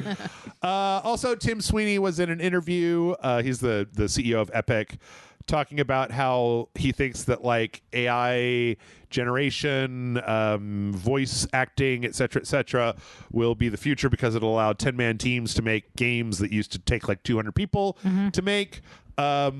This is something that keeps coming up over and over again. And again, I'm not completely opposed to this technology, but so far, nothing that's been made with AI has been good. Yeah. Like, I don't want, like, I was actually on YouTube the other day, and I saw, I hadn't seen it. It hadn't infected my YouTube timeline. It was like trailer, The Martian 2, and it was Matt Damon running like in the thumbnail, and there were a bunch of like spaceships shooting lasers behind him, and I was like, that's not what The Martian 1 was about, you fuckers. Yeah.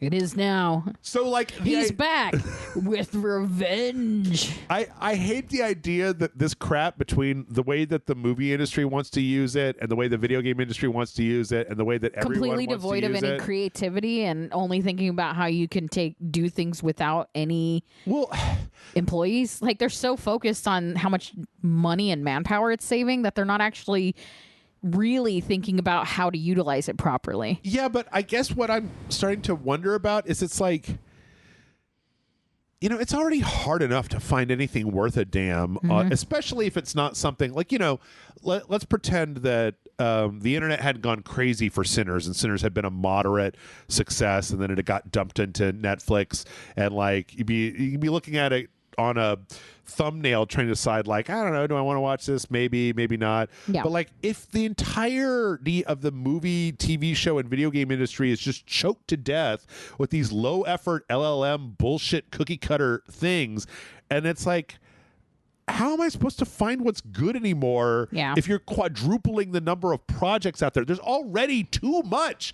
There's too much, man. Yeah. Like, fuck off. It is funny, though, because they're like, we could churn stuff out. New movie every day, new game every 2 days. And then they're like, nobody wants to pay $80 for our games anymore. It's like, I can't pay that much for that often. Or like, I can't experience that many things in a day.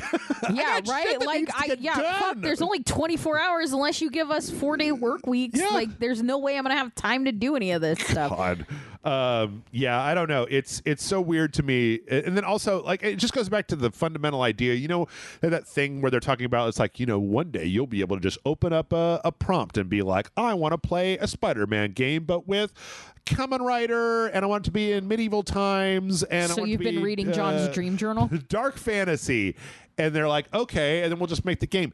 I don't want that. I want a creative artist that gets paid to be creative to make something up and then give it to me, because if I tell them to make me a Spider-Man, Kamen Rider, medieval Dark Souls game, I'm going to know what that is. Yeah. There's no surprising me. It's not like Pragmata where there's like a fucking robot girl and a cyber cat and a dude. And I'm like, I've never seen any of that before. Yeah. Like, you can't surprise me if I'm the one telling you what to give me. Surprising you with your own creativity. Right. Yeah. Fuck off. Fuck off. Anyway, now we're behind. You did it. Black Ops 6 put a bunch of ads inside of the create a loadout and choose your event thing. So like you went to create a loadout, and at the top it was like, before all of the loadouts, it was like, buy a pack of weapon skins. And the Call of Duty community was like, absolutely not. Go fuck yourself, because Call of Duty is already a menu nightmare, and you spend a lot of time in those menus, and people are like, I don't want you advertising when I'm trying to pick which fucking attachments I want for my goddamn machine gun. That's a bit shitty. And then Activision rolled it back and they were like, oops, no, sorry, that was a test. No, that was a feature that wasn't supposed to go live. That was a mistake and we've turned it off. And it's like, no, you turned it off because there was backlash. Nobody accidentally turns on the monetization feed. I don't know why they feel like it does better to be like, oops, this wasn't supposed to go live yet, and not just be like, hey, we are listening to you. Right. Like, why do they think? I don't know. It's because they want to be able to slip it in. Because they want to be able to turn on that monetization. And then if not enough people complain about it, then they leave it. Yeah. No, but that's what I'm saying, though. If a lot of people are complaining about it, why pretend like it wasn't a thing and just be like, oh, you know what? We listened to what you guys are saying and we're going to. Why did Nintendo refuse to announce that there was a Switch 2 for like 3 years before it came out? That's different because Nintendo will actively say fuck you to everyone. Yeah. All the time.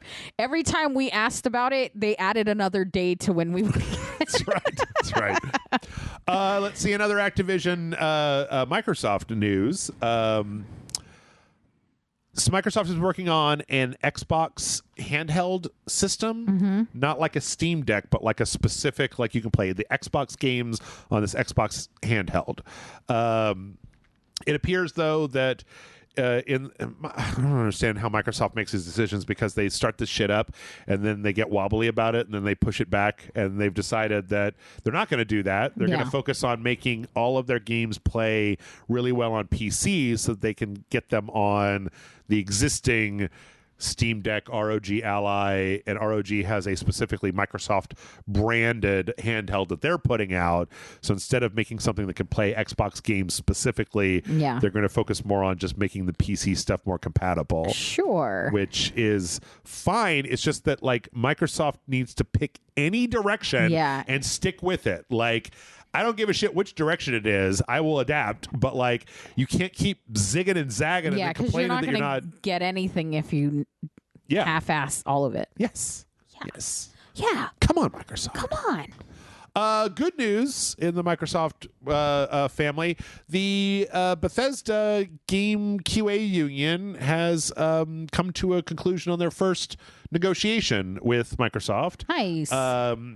This is the biggest group of unionized game developer or game development adjacent people, because I don't know if QA counts as development, but it's 300 people, and apparently their agreement included wage increases, salary minimums, and crediting in games, which is all good. Nice. There's nothing that QA cannot be granted that I think they have not earned, because they are so far at the bottom of the stack and get treated like garbage. Yeah. So. There was another group, I think, over at Sega that managed to carve out like a good result with their union procedures. Nice. But this is the biggest one. Yeah. So good. More unions. Yep. More unions. You know, or you could just treat people regular without forcing this to have to be the only solution. Like, I know that companies hate unions, but it's because they're like, wow, you know, don't you guys all just want to individually bargain with us? And it's like, we would if you'd give us a fair fucking shake, but as it is, you're like, we're going to pay you the least amount humanly possible, and it's against company policy to discuss your pay with anybody else, and if we ever need an extra $1, you go fuck yourself, and no, you can't use the bathrooms on the 4th floor, and no, you're not invited to the catered lunch, and you can't come to the picnic. So if you treat people nice. God, I'm so glad I don't work for a job that does company picnics and stuff anymore. Like, you know, that during the actors strike, A24 was just completely exempt because they had immediately just said, yeah, we'll do all of these things. Yeah, drop out the streaming service. Yeah. Also, they went on hiatus, I believe, for the strike, but they were also allowed to continue because they were already abiding. They were already above and beyond what was asked. Yeah. So it turns out if you're not shitty, you don't suffer consequences. It's true. Let's see.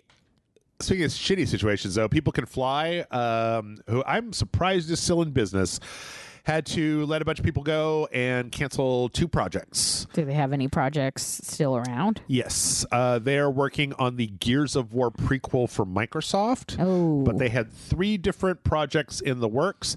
And they specifically came out and said that, like, they had to cancel these projects because they couldn't get, like, the publisher to respond to requests for, like, contract, like fulfillment and stuff, that, like, they were getting, like, radio silence from them.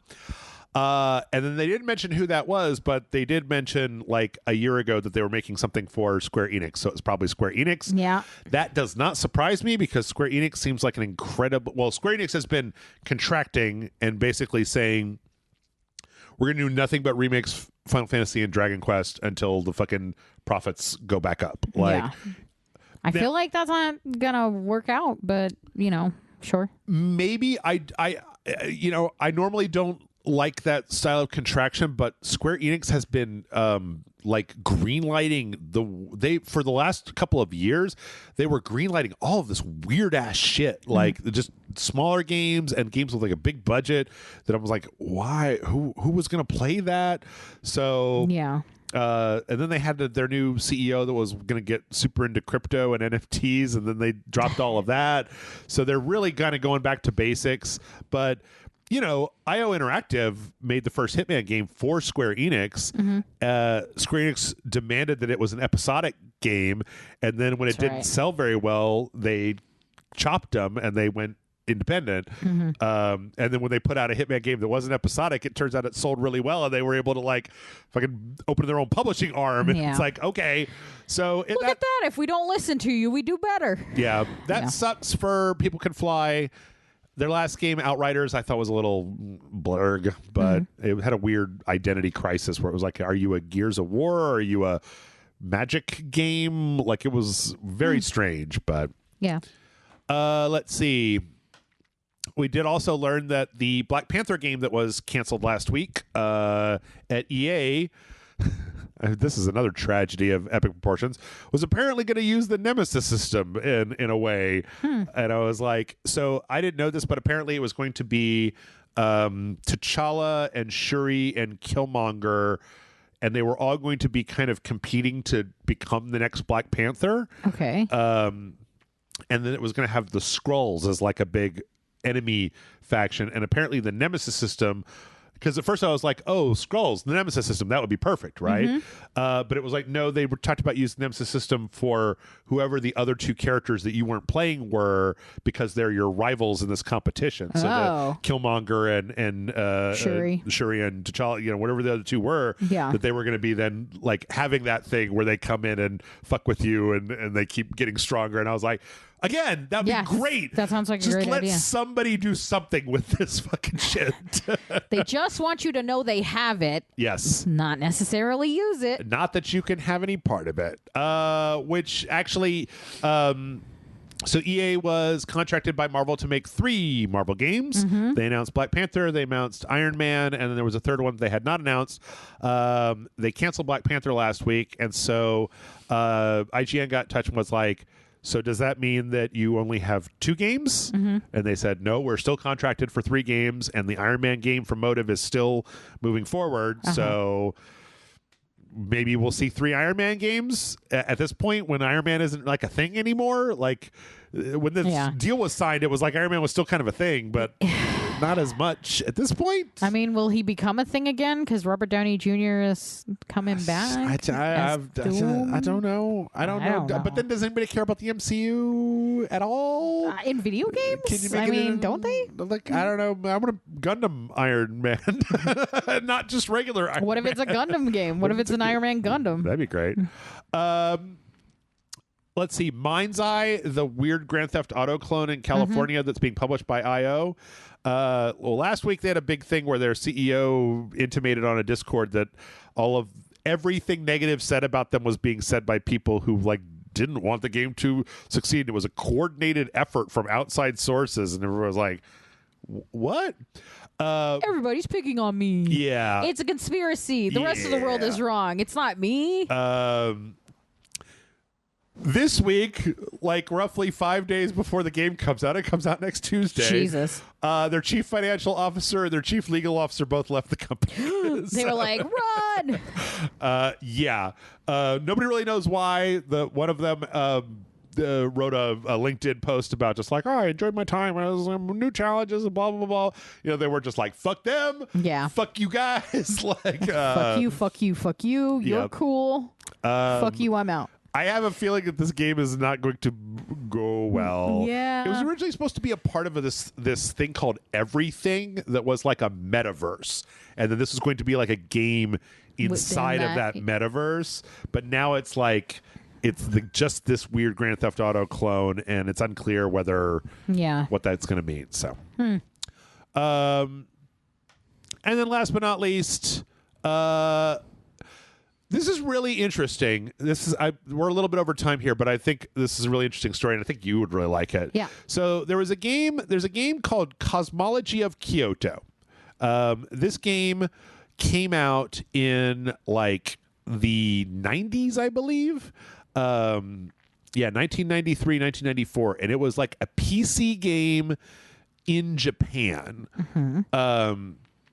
And it was about you in kind of ancient Japan, and you're wandering through the streets, and it was like an edutainment game where you were finding out stuff about like the world. Okay. And it was also a weird horror game where onis and like monsters and spirits and horrible shit like would come out and attack you. And it was like this kind of mist-like, you know, you were kind of like clicking through the world into various places, and you were seeing like historical areas, and these very strange-looking people were coming out.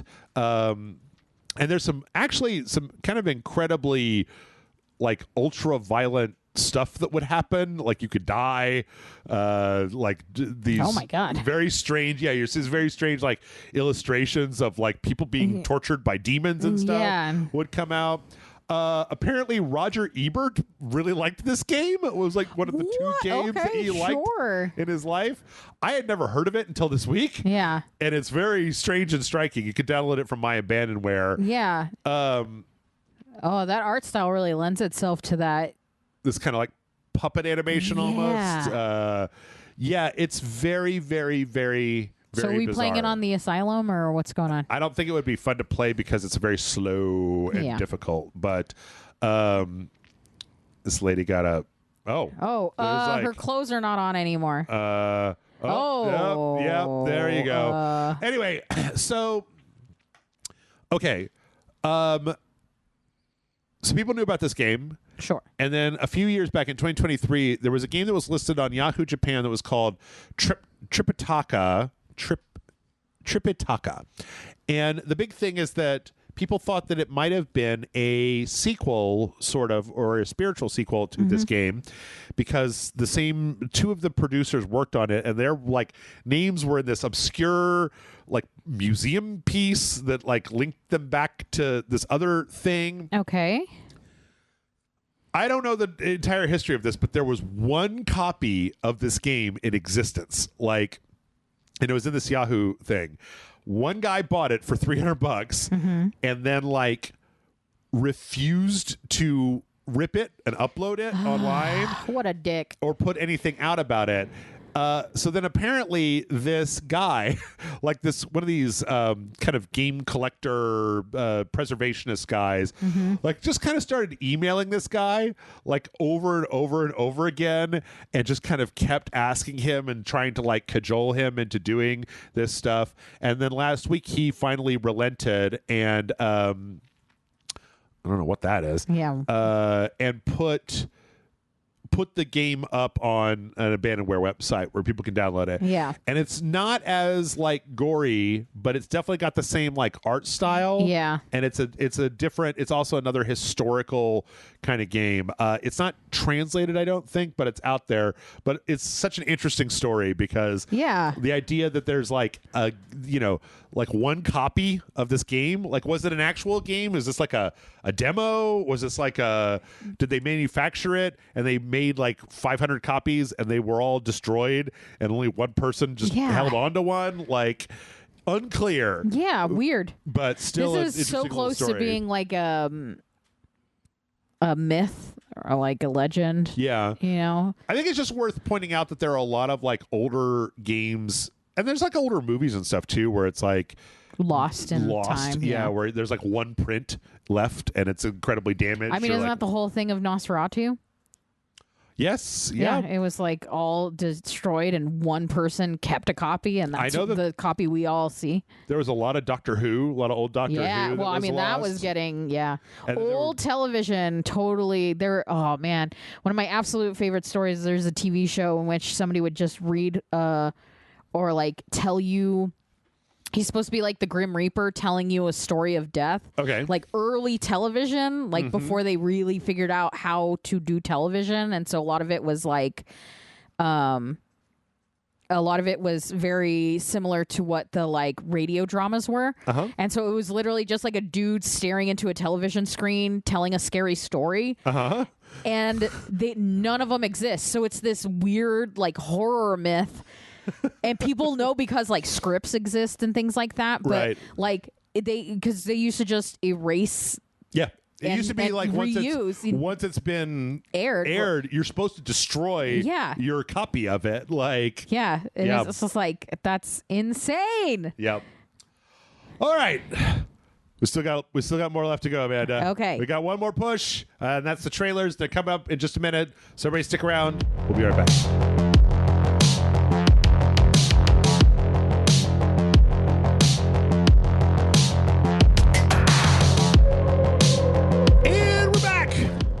I didn't leave. You didn't leave? I was here the whole time. Man has been in your house this entire time. I've been behind you. We're back, and we've got trailers. We got a really weird trailer lineup this week because I think everybody is saving all the really big stuff for next week. So we didn't have like a bunch of big stuff, but we did kick off. One of the other things that happened in that state of Unreal was they had this 15-minute Witcher 4 tech demo trailer. We had a cinematic trailer for The Witcher 4 like last year. I think it was at it was the Game Awards. What's the difference between a cinematic trailer and a tech demo trailer? Okay, this is all running on a PS5. Not a PS5 Pro, but a regular ass PS5. Mm-hmm. So none of this is pre-rendered. Now, there was a big question about like, is this gameplay? And they were like, no, this is like a tech demo that's using our assets, but it's really here to show off like Unreal Engine, because you were on one of the shows where we did like the yearly big here's all the new stuff in the Unreal Engine. So like after fucking 5 years of Unreal Engine 5, they're finally getting to a point where it's like this is supposed to be running at 4K 60 frames per second with ray tracing on a stock PS5, and it's like, oh well, games don't do that, right? Games that have ray tracing on are generally running at 30 frames per second. The idea that you're running at a higher resolution is kind of a big deal. So we don't have time to kind of go over this piece by piece, but they talk a lot about there's some interesting stuff that's going on here. They kind of start out by just kind of showing the world. They talk about how Ciri is in here and she has her horse. So Geralt had Roach, his horse. Yeah. Ciri has Kelpie, which is her horse. They talk about how they've got this new tech where the characters merge with like this character merges with the horse, so that like basically it's like the horse and the character are reacting, like all the physics are reacting together. Right? They kind of show off a little bit of like the way that the horse moves around with like muscles and stuff. It is all very, very nice. Yeah. They talk a lot about how I didn't actually realize this wasn't a thing, but Unreal Engine has a thing called nanite, where basically like you can render something in incredible detail, and then it'll automatically change that level of detail as it gets further away. It used to be that you would have like what they called LOD maps that would load in, and that's why in older games like things would be really low resolution that would kind of like snap as you went closer to them. But in here it's a very streamlined thing, and they said that they're now doing it with foliage. So you can actually have a tree that is individually rendered pine needles and shit on it that then can be rendered and have all of the lighting tech. But then as you zoom out away from it, it lowers that so you don't have to worry about creating all these different assets. Yeah. They show how it reacts to like the light and the day and stuff is all very nice. They showed a lot in this like little village where one of the things they were really proud of is that there are like radiant like crowd effects. So in this demo, Siri is kind of walking through a crowd, and at one point she passes a guy with a box, and she like nudges him, and he drops apples. And then like a little kid and a pig both run to go get the apples. Yeah. So this kind of idea that if this shit can work, if it works as intended, that's level of like interactivity and detail that we haven't really seen as much before. It's one of those makes the world feel filled, like real, like as opposed to just like everyone doing the same stock motions. Right. And it makes it feel reactive to your presence and like the world is alive even when you're not there. Yeah. And one of the things they actually showed off was they showed Siri kind of having a conversation with this guy in a kind of a cut scene. And then while they're having that conversation, they basically like zoomed back from that part of the engine to the NPCs and showed literally like a fishmonger selling fish to a guy. Yeah. This is all just happening while that's happening because it then creates different situations that make the world feel more dynamic and less just like a run up to the soulless person and press X to get your quest kind of thing. That's cool. And this is kind of the where you want the idea of AI to be. Yeah, I'm not sure if they're using AI tech for this, but like, yes, if you could do that to just be like, this guy, it's not like you're talking to him, but he's just got a thing that he does. And then that's kind of being slightly randomized by some AI control. They also show like they kind of have a little village square here, and they switch from like a person that's been pilloried to like a little band that's playing with some jugglers and some guys playing stuff. And then they show, they're like, anyway, here's Wonderwall. They keep adding audience. Well, first off, it's really kind of interesting because they're showing this all in real time. Like all this is happening in real time where they remove the one and they put the other, remove the one person and they put the band up. And as they do that, the other NPCs all stop what they're doing and walk up and start interacting with a show's stage. happening. Better go walk to the stage. Yeah. And then to show off kind of the power of the whole thing, they add like 200 NPCs watching the show. Like they add a huge crowd and they show kind of other NPCs, like guy with a barrel kind of walking around and pathfinding through them. So, this is a tech demo, but if you could pull this sort of thing off, this is the sort of thing. There's not... Yeah, it's a game changer. From what I know about the tech that's out there, it wouldn't be unheard of to be able to make something like this happen. But then there's a thing. Back in the E3 I went to go see The Witcher 3 behind closed doors, and what they showed off was not in the game. Yeah. Like there was like a naval component that was not in the game, and there was some of the stuff that they showed off that made it look like a much more dynamic game than it ended up being, because they basically had to kind of like take that slice and then cut it together into something that could actually be a game. Yeah. But if they could do all of this game looks like fucking awesome. It looks great. Yeah, it does. Another thing I think that has been mentioned is that Siri in those pre-rendered movies had a very severe face. Yeah. And that they apparently have kind of they said they're using the same model, but they just kind of like lightened up some of the face. The eyebrows sit a little higher by default, and the tension around the eyes has been relaxed a little bit by default. Christ. You guys bitched about her not being hot enough, and they were like, well, let's make sure she doesn't have resting bitch face. God. Yeah, but so this is really impressive, and again, if it all comes out like this, then that's great. Yeah, it sounds like a game I really want to play. The question is just game I want to play and not hang out with the villagers and watch the weird shit they do the whole time. I want to fight the monsters. You want to hang out with the villagers. Yeah. I know. Dude, I know the score around always want to be a fly on the wall. But yeah, it's an interesting little demo. It's much more interesting than the stupid ass AI bullshit that they did before. Yeah. This is what I want to see. I don't want to see AI Darth Vader say skibbity toilet. Like, this is what I want to see. Said in the last segment that hearing Darth Vader say skibbity toilet was one of the best things that has happened within the last year. That is true. And that's because this year has been balls so far. They also had a big announcement where they basically said that they're going to be adding like Unreal. Fortnite has a thing where they've added content sets to Fortnite that people can make their own like experiences out of. Okay. They had a bunch of Teenage Mutant Ninja Turtle stuff, so you could basically like there's a light version of Unreal Engine 5 inside of Fortnite that will allow you to make your own games, basically. Okay. Like you put stuff down, you can make your own levels, you can kind of set the parameters so people can make their own experiences. Apparently they're adding all of the Star Wars assets they've been gathering for the last few years in there as well. I mean, if you have it, why not?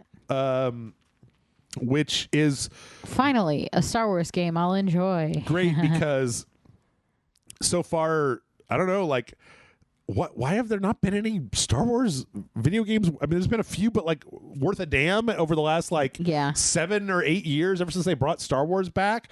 And it's just like there was the crappy Battlefronts. I liked them, but because nobody would play them but me, and so I got to kill everybody real easy. And then there was like the Ubisoft one last year. Yeah. What's up? That's the same image of Skibbity Vader. Oh yeah, yep. Oh yeah, this is where they go into talking about AI Vader before they transition it. But yeah, so if they're going to be adding that stuff, sure. Fortnite's basically just a dumping ground for everything at this point, so yeah, they're just going to add more assets to it. That's fine. You'll never believe it, Amanda. No Man's Sky got a new update. I don't believe it. This one's called Beacon, and this one allows you to become like the mayor of a town. Yeah, vote for me. So you take over a town and you like solve disputes amongst the people that live there. There's these new robot towns. There'll be like raiders that will come and strafe the town, and you've got to like assign AI guys to protect your dudes. I need my AI sheriff. I also like the fact, I don't know if you saw, there's a little Nintendo Switch controller chip in there. The little red, oh my blue. God, I didn't even notice it. That's funny. Because I this love it. update is also happening in conjunction with the fact that No Man's Sky is launching for the Nintendo Switch 2. Neat. Which had not been announced.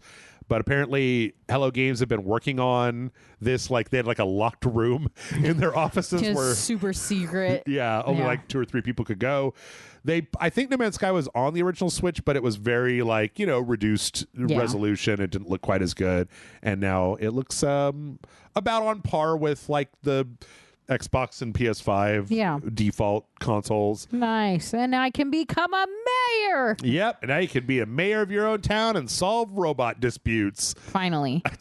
Oh Amanda, who wants intergalactic mayor, judge, jury, and executioner. Actually, you know what? They also said that you can throw like you can like create celebrations and like festivals and stuff. So maybe this is just where you go for your Witcher. I want to watch. I want to hang out with the villagers. Yeah.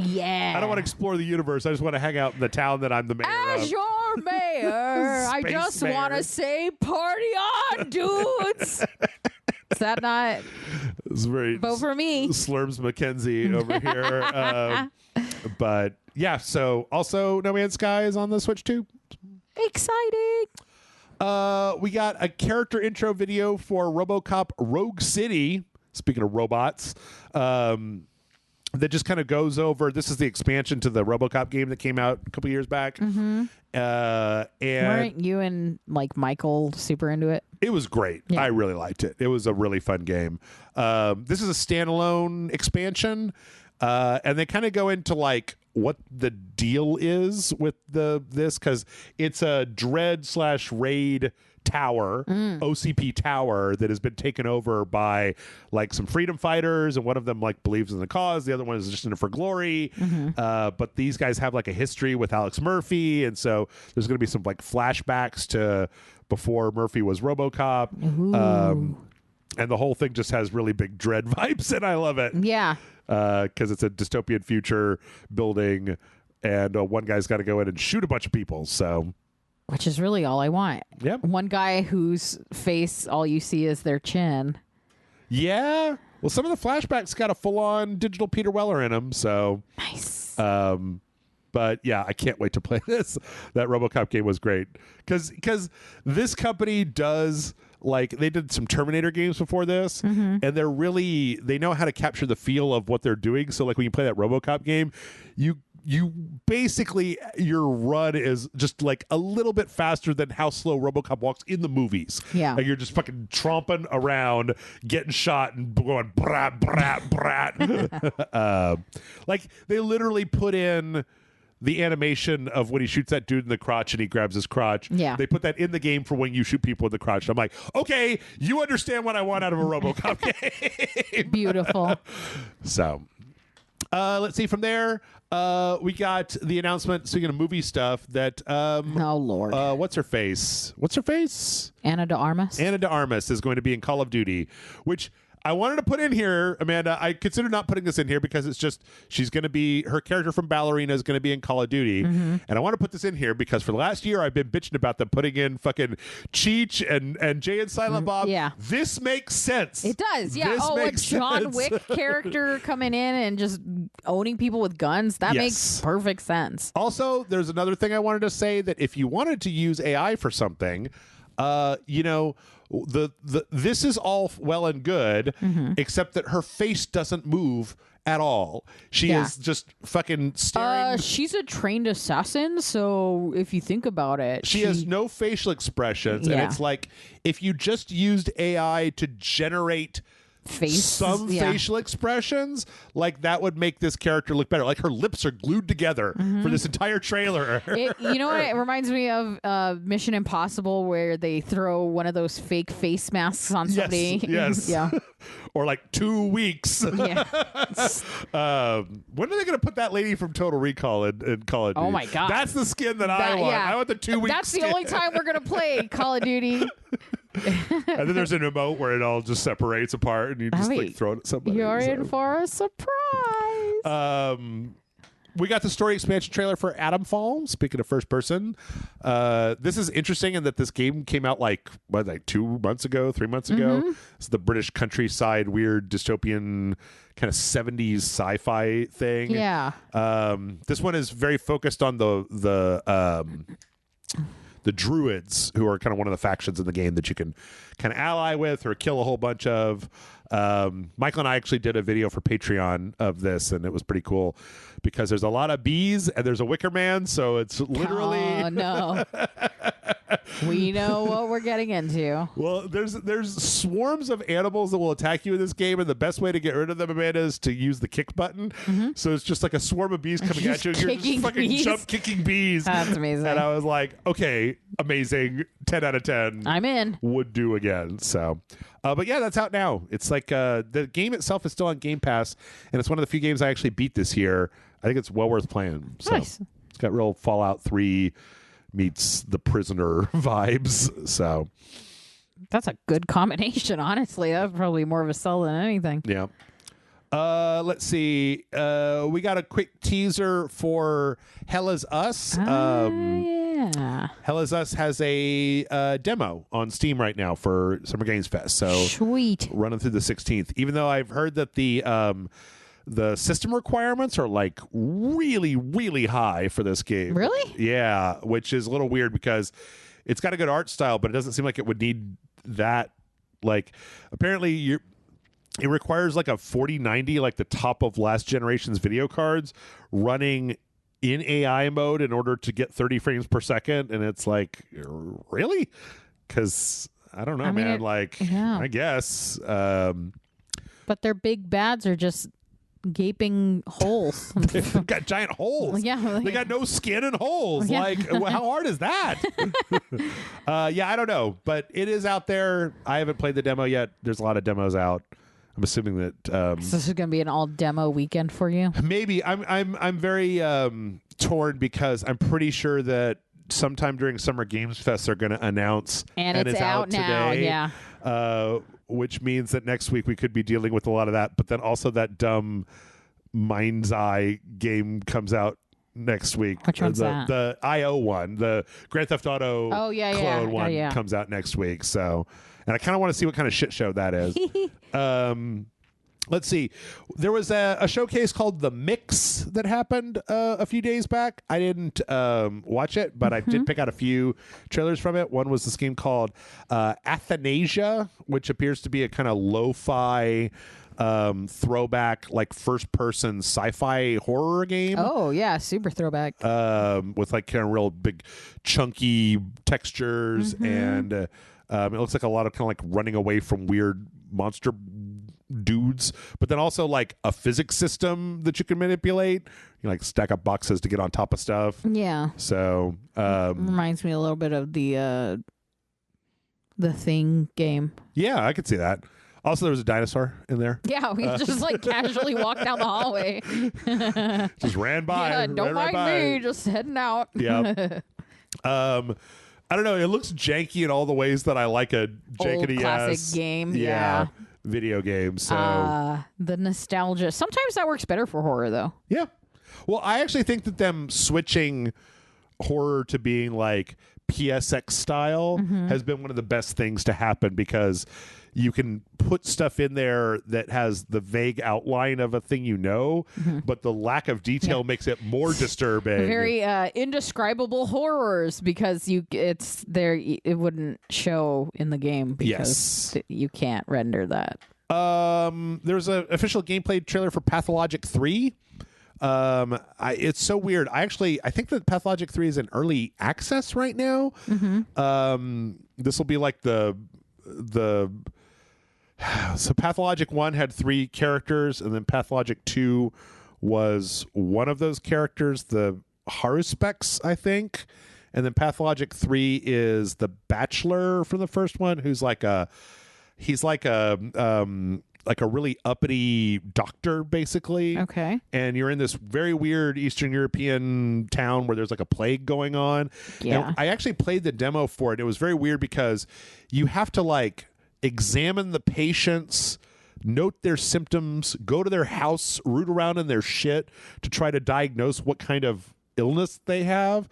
But then there's also like a weird time rewind mechanic where you can like try different solutions, and you go from like diagnosing individual patients to being in charge of the entire town and like rationing like where the food and the medicine goes and like creating policy. But then the entire thing is told through like somebody is interviewing him, and then like for his crimes or something. And I don't know, man. The problem with this game is I'm actually really interested in it, but one, Pathologic is traditionally very hostile to players. Like you will just get boned all day, every day playing this game. And two, it runs like complete horseshit on my computer, and I'm not willing to play. I mean, I should be willing to play a game that is more story focused like this, but it's also a grim and unpleasant place to be. I was gonna say, I remember you playing the last Pathologic, and it was like, God, can you guys lighten up a little? Like, I think you and I played 2 when it came out. H Bomber Guy has a great video about Pathologic, but kind of going through the entire, like, you play it, then you play, and then once you finally get used to how hard it is, and you play another character, it's even harder. But the third character is even harder than that, and then it starts getting like this meta levels, meta narratives, and you have to beat it several times in a few different weird ways. And I've always been really interested in it, but it's so fucking hostile. And everybody's like, well, that's the point. You just have to suffer in order to find out how good this game is. And I'm like, no. Again, I'm 47. If you're 20 and you want to waste 3 years of your life doing this, that's fine. Yeah, it reads off a little bit like he hits me because he cares. There's a place for, like, y'all really like getting abused by your video games, huh? There's the case that is made is that like it's a grim tale, and so the grim gameplay like reflects that. Yeah, that, you're like, feeling how the characters feel, but it's like, right. No. Yes. I don't want. Which is the reason why I've watched the H Bomber Guy video about Pathologic like 20 times and have never gone to play it myself, because I'm I have, and I'm just largely uninterested in going through that experience. Yeah. I'd rather just see a YouTuber tell me about it than like have to live in this horror show. So I got my own horror shows going on. I can't live in yours and mine at the same time. Yep. Another thing from the mix was a game called Never's End that I saw some folks talking about. It's kind of like a little Final Fantasy tactics game. These little like bobble-headed dudes fighting back against weird monsters. Real cute monsters. Yeah. Aw. They look like Funkos. And then there's like some kind of, I don't know exactly what it is, where there's some kind of mechanic about like getting more powerful, and then the night comes and the bestial terrors, and it looks like it's got a kind of an interesting little magic system where you just use elements in specific ways in order to make specific outcomes happen. Yeah. And the art style works. Like it kind of looks like Maple Story Tactics when you first look at it, but like it seems like it's got a little something coming into it. So I don't know. I think this one might also have a demo out there, but I know I've seen some people talking about it, and I was kind of interested in taking a look. So, or maybe it's just a wish list. Wish list now. Yeah. Let's see. There's another one out here. This is an interesting one called Dead Finger Dice, a billionaire killing game that is basically it's the game you've been waiting for. A really lo-fi, like 1-bit game where you've been kidnapped by a bunch of crazy billionaires, and you have to cut off your fingers in order to play a dice game, but then you can like replace your fingers with like cheating dice fingers and stuff. Yeah. And you're trying to kind of... I feel like I've seen a trailer for this. Yeah? Why the fuck have I seen the trailer for this? That I don't know, because I hadn't seen it until today. I'm assuming John watched something and I just became the victim of whatever he was seeing. Yeah. But yeah, it's like a death game. There's a lot of interesting... I feel like there's been a lot of these interesting kind of like... I think that some of them are riding on the like Balatro bandwagon. which might be why John was watching it, because he played a lot of Balatro. There's one that I really like. That's the one where everybody's typing. They had a teaser for it where it was like 100 people in a room that are all typing, and then there are guys standing like to the one side of the typing people, like shadowy figures that all have guns, and every time you make a typo, it's Russian roulette. So they spin, and then every time you accidentally type wrong, it's like click or you're out. And I was like, who turned Typing of the Dead into fucking Squid Game over here? Because that's amazing, and I want to play it. Really now all of a sudden we're all really good at typing again. Yeah. Let's see. From there, we got a full combat gameplay trailer for Shinobi Art of Vengeance. This is the .emu Shinobi game. This one I think I'm a little bit more excited for than the Ninja Gaiden game, because this looks smooth. The last Blasphemous game was a little bit meh, and I like the stuff that these guys have put out recently. This is showing just a lot of like kind of traversal and combat and magic and stuff. And it's all hand animated, and it looks fucking amazing. Yeah, it looks really good. It looks like there's some kind of progression system where you're picking up little experience balls or something. They also show there's like interesting bosses. Like this guy is Sexy Devil. He is so out of like the last Streets of Rage game, where it's like he's got sunglasses and his shirt is open and a sword through his chest and a long ponytail. Yep.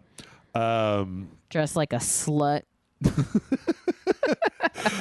But yeah, I don't know. I'm super into this. Last week they had a story trailer, and it was like, oh no, Amanda, you never guessed, the guy that lived in a ninja village, his ninja village got attacked and everybody died. And I was like, I can't believe it. What? Honestly, at this point, that's on you guys if you're going to live in a ninja village. You got to know that every day you're rolling the dice about whether the other clans are going to come in and burn down your ninja village and kill all your families. Yeah, like, it feels like it's just a matter of time, really. Yeah. That's coming out August 29th. So soon. Yeah, good stuff. Let's see. Speaking of good stuff, Gigabash is getting a free DLC. Mecha Juras. So Juras was this weird, like, pointy-headed kind of claw guy in the first one. Oh. And then there's like a big tank version of him. Oh my gosh. Called Mechajuras. I'm amazed that Gigabash is still putting out DLC because they have like 1 million of them. I think the last one was they made their own Voltron because they couldn't get the license for Voltron. I feel like I remember you telling me about the Voltron one. Yeah, I think it might have been on one of the. You might have been on the podcast when we did that. But, yeah, could have been. But yeah, I block out what happens on the podcast. So once I leave this room, I won't remember anything that happened. There's nothing to differentiate the last hour of the podcast from the first 2 hours of the podcast. That's fair. Also, we recorded just a few days ago. True. So this is like hour 6. Yeah. Power Wash Simulator. Power Wash Simulator is getting more free content, and I love it. Hell yeah. I love it. This one is a subway car that you have to clean. What if it was like, what was the game that we played where you're in a subway car and it's like one of those spot the anomalies? Oh, yeah. But you're cleaning different cars, but it's the... Spot the cleaning anomaly. Yeah. No, that'd be cool. The other one is a sculpture park that has the big... giant gnome? The giant gnome. That gnome is in all of the levels. Yeah. I love the fact that Power Wash Simulator keeps putting out new content. I just wish that they would put out a new themed thing because I played all of them. Like a license thing? Yeah. Yeah. I played the Shrek one. That was the last one, I think. And then... Hell yeah. They should do Ghostbusters. Oh, that would be great. Right? You can do the car. You can do the whole firehouse. Yeah, that'd be great. Yep. Fun. You do the courtroom with the... Oh, that's a good idea. Yeah. Let's see. You're just de-sliming the Statue of Liberty? Yeah. In the exact opposite, we also got the launch trailer for Spray Paint Simulator. It's out. Yep. Yeah, John's playing it. It's on Game Pass. We were like, I literally was like, so the opposite of Power Wash, you just spray paint everything? Yep, pretty much. Yeah. I played the demo. I was not quite as enthusiastic as I've been about. It turns out that I'm much more interested in cleaning stuff than I am in like painting stuff. Yeah. It also... There's a lot more prep to this. Instead of just blasting everything with water, you've got to like tape everything up and take off the things. So yeah. Boo. I mean, it's fine. Like if people like the fact that people are getting in on the Power Wash Simulator like shtick. Yeah. I was going to ask if this was the same developer. No. Yeah. They are making Power Wash Simulator 2. Oh, lovely. Mm-hmm. It just seems like it would make sense that they would do it because it looks like it. Yes, like it looks they exactly really, like it. Yes. They really made a point to like make it look.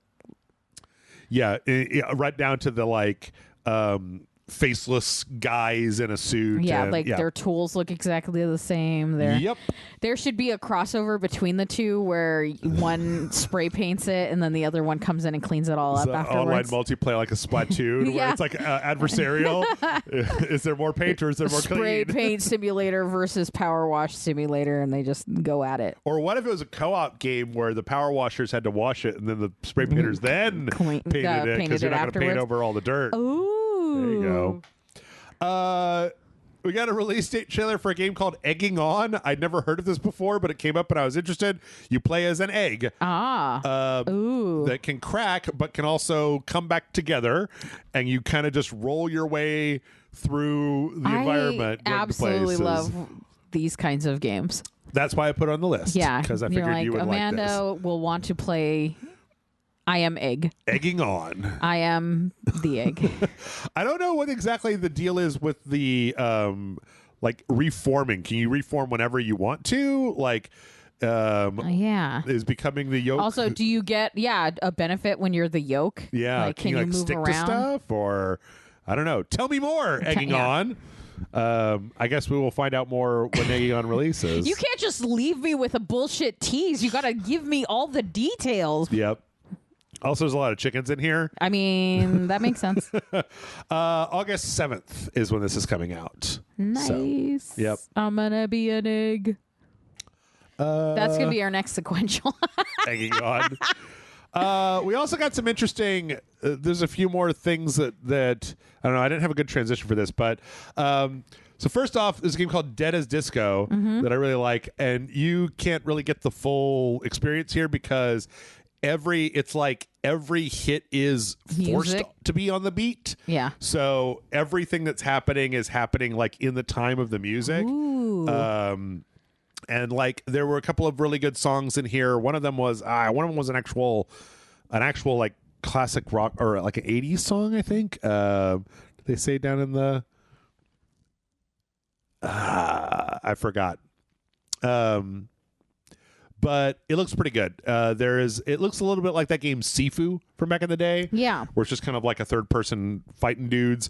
But then it's got this really like hype soundtrack, and then also a lot of pink neon. A lot of pink neon today in the I'm not in the against games. the neon stuff. Pink and blue, actually. It's kind of got the TikTok colors again. So but yeah, it's there's a demo out for this on Steam right now. Nice. I remember seeing it and I was like, I don't know. And then I watched the trailer and I was like, yeah, I know. I want to go download that. I'm in. Yeah. They got me. Looks pretty good. Beat never stops. Yeah. Oh my God. Is he dressed like Michael Jackson and I wasn't paying attention? I don't think so. It's like kind of vaguely Michael Jackson-y. A little bit. Like if Michael Jackson and Bruce Lee yeah. combined. Yeah, kind of a mashup. Yeah. So yeah. Looks pretty good. It does. I don't think it has a full-on release date yet, but we also got another trailer for Tenebris Somnia, a game that you have seen before. This is the one that is like a Maniac Mansion style adventure game, but then it keeps cutting to full motion video. Yeah. I really like this idea. I really think that it looks interesting because the idea of seeing these kind of abstracted horror things in Yeah, he showed me this. I remember. as pixels and then seeing them turn into Real. actual like horrifying live action stuff is very affecting, I think. Yeah. The idea of having a jump scare that is just switching from the safe pixel based stuff to actual horror. It's funny because we were just talking about how like sometimes it's nice because the throwback imagery makes things scarier. Yeah. And this is the stark opposite of that, where they're like, did you want to be scared? Because now you're going to see what it's like in real life. And Right. It's just like, I don't know. Also, I can't like they has some other kind of monsters in here, but the lady with a face on the top and bottom is such a It's great. so well done. It's such a good effect, and it's so disconcerting to look at. Yeah, so, it is. Also because it's kind of a jump between. Yeah. So it just. Um, Why is that the image they use, though? let's see. We also got. It turns out that Pocket Pair, the people who make Power World, are creating a game called Dead Take.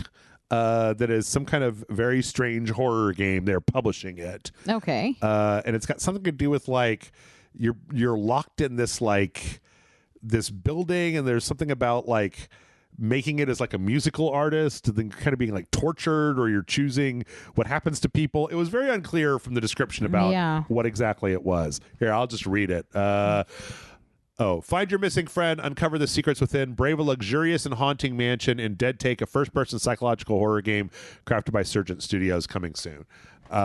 It's also just nice to see Pocket Pair branching out instead of just sticking with the... Because I have to imagine that it's like one of those things like with Among Us or some of the other places that are doing publishing now, where it's like, we made so fucking much money in the first 2 weeks of this that like we should go try to help out our fellow creators. Like, go find a horror game. Those always have a good return on investment. Hell yeah, they do. It doesn't take much to make a good horror game. Get Markiplier to play it and it'll be fucking like $1 billion. Also, there was a game called Umurangi Generation that was like a weird dystopian cyberpunk taking pictures game.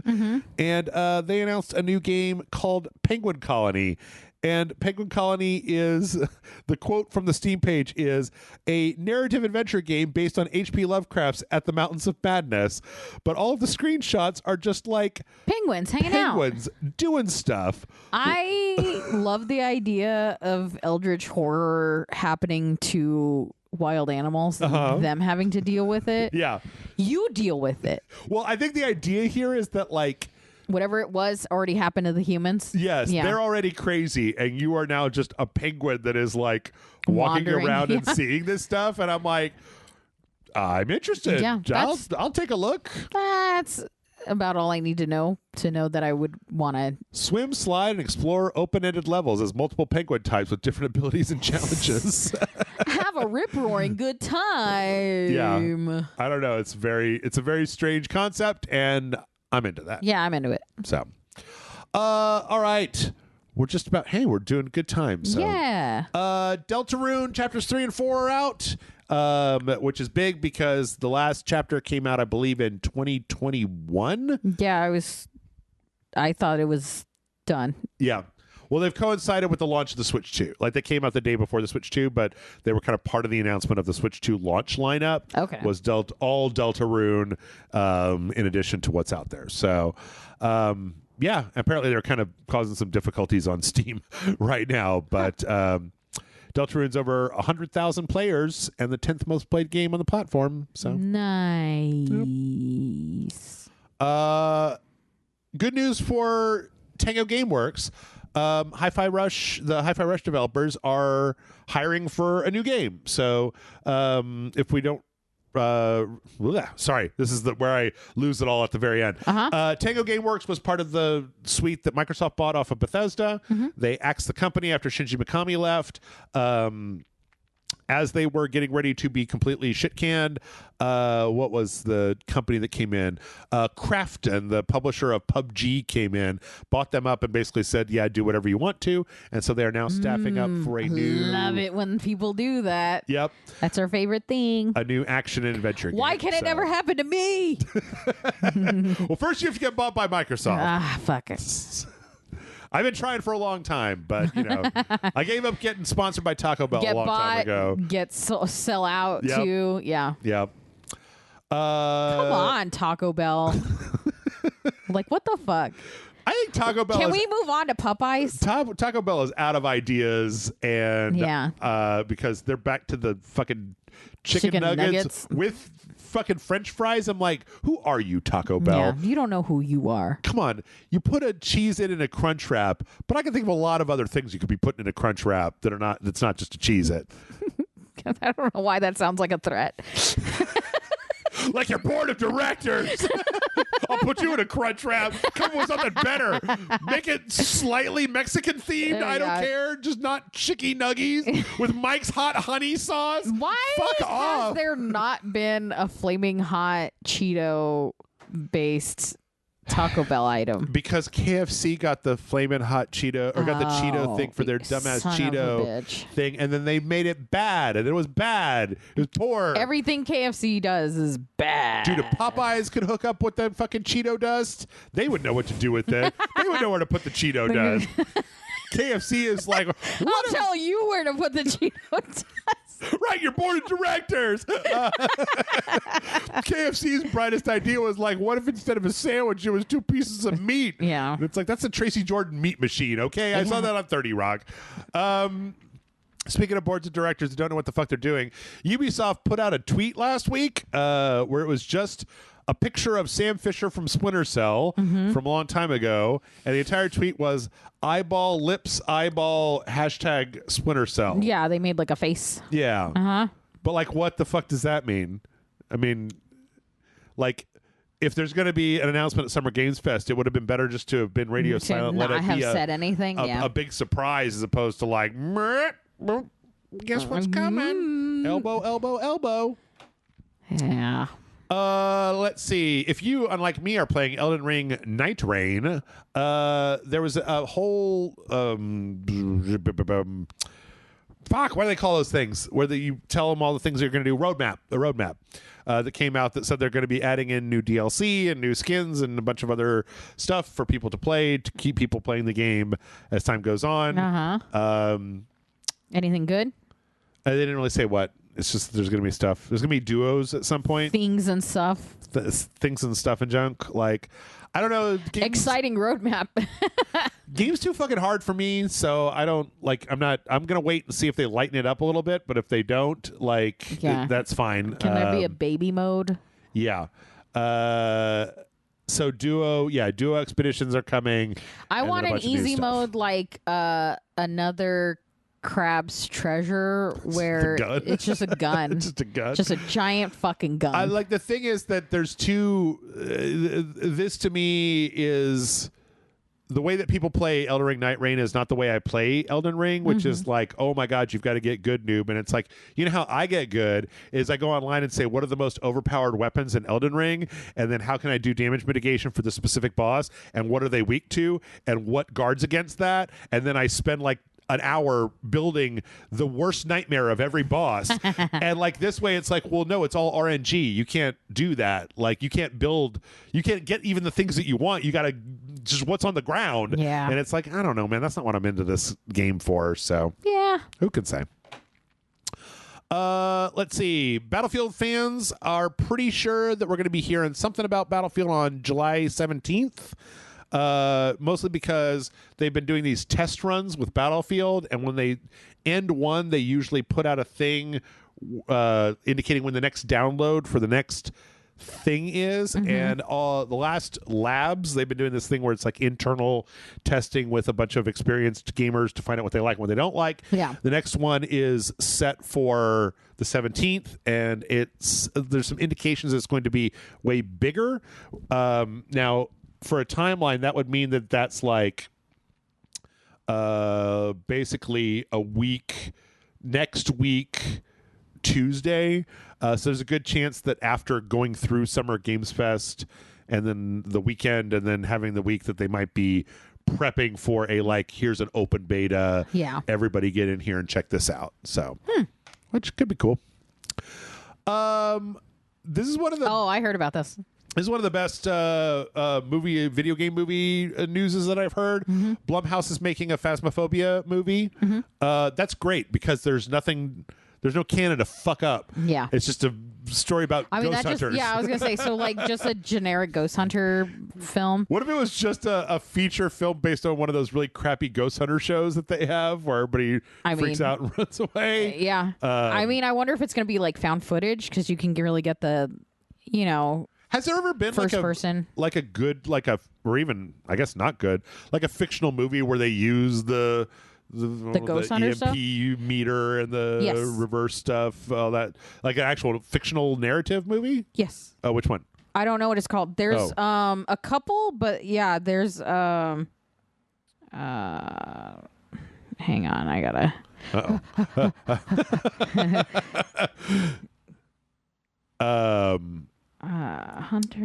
Ghost Hunter movie. Grave Encounters, is that it? Oh, is that it? Crew of a ghost hunting TV show hole up in an abandoned psychiatric hospital hoping to catch some spooks on camera. Okay. And they use stuff. I think that's the one I'm thinking of. That is a first person ghost hunter. Oh, it's like a found footage thing. Oh, okay. Okay. Because it like lends itself to, because it's one of those like, what's up, everybody? Welcome to my YouTube channel. We're going to this spooky place. And then it just turns into everybody an actually actual dying. spooky place. Yeah. Which is cool. Okay. And then let's wrap it up with a few fun things. First off, there's a Pokemon Cafe in Japan, in Osaka and Tokyo, that is doing quote unquote mega evolutions. And what this is that you get like we've got a picture here like of when you supersize your meal in America? Like a Charmander curry plate, right? And then there's an app, and then when you point it at the Pokemon, it changes its color to be one of the different evolutions. Oh. So you get to kind of see it change before your eyes. Interesting. Which is like a pretty decent way to do things. I don't know. I just want to eat my food. I just want to eat my Charmander face.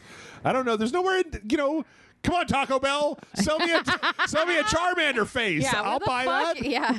He'd be a great mascot.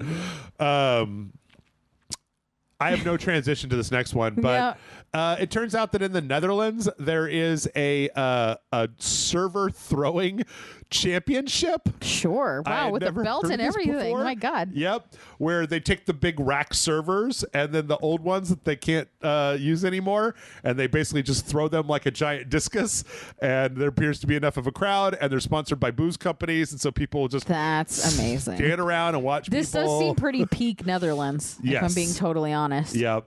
And there's like the previous champion is out here shit talking with his belt by So him. stupid. I'm telling you, man, if you ever need to get, if wrestling ever goes downhill, you can become a Yeah, big I'll switch over right away. server tossing champion. Which I'm I'm like, in it for the fancy belts. sounds great. That sounds fantastic Yeah. to me.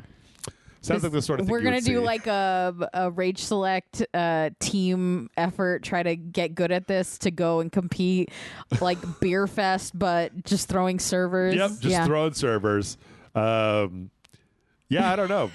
They should make sports movies about more ridiculous sports. Is what I'm really trying to get at. Yes, if ESPN 8 the Ocho was an actual thing, this is what they should have on it. Yes. I would get drunk and watch people do this. Absolutely, like not even kidding. Go I to love the bar it. and be like, hey, turn on the server tossing championships. Yeah. And last but not least, Amanda, you saw this earlier this week, but speaking of weird hardware stuff, I always got to call out DIY Perks. Because it's cool. Because this guy rules. So DIY Perks had a new video last week called True Wireless Power is Finally Here. And it's got him basically making taking like a wireless power induction ring, building it into a desk, and then creating like a series of components that are all able to draw power out of this induction ring on the desk. And he ends up with basically a microcomputer built into the desk, a pair of speakers, a keyboard, a mouse, a monitor, and a coffee cup that stays hot all the time, that are all being powered by Via and a touch. microphone. Yeah. Yeah, wirelessly through the desk, so they can literally be moved around. So cool. And it's really cool, and it makes me wish that that was a thing that I could have right now. Yeah, because I it have- feels like what actual futuristic things should be. Yeah. You know what I mean? Where it's just the subtlety of there's no wires right. anywhere. Yeah, It's very cool. that'd be great. I'd love it. I'd love it. I'd love it. And we're done. I think All we right, only managed bye. to And go then over I just like run out the door. 10 minutes over this time around. Wow. Well, it's time to start our second secret podcast that Oh, we that's definitely, right. The one where we definitely complain don't about have. Mike's Hot Honey and pickle flavored Cheetos. The anti your new food bullshit podcast. Yeah. Yeah. Patreon.com/RageSelect. Helps out. Kick us some bucks. Get some bonus videos in return, as well as access to Please, Discord. I need a Switch 2 and I don't have any money. Please. If the Patreon goes up by $500, I will buy you a Switch too. Please, guys. You heard it. Should I see if I can encourage all of you guys who come and record with me to be like, if all of you manage to get this up by $500, I will buy one Switch 2, and you guys can check it out. Yeah. And then bring it back whenever you're done with it. We have a lending system. It's the library for Switch 2s. All right, that's it. Get out of here. Go do something. I don't know. Just go outside for a minute. Go touch the grass. Go touch the grass. I don't know. Whatever. Bye.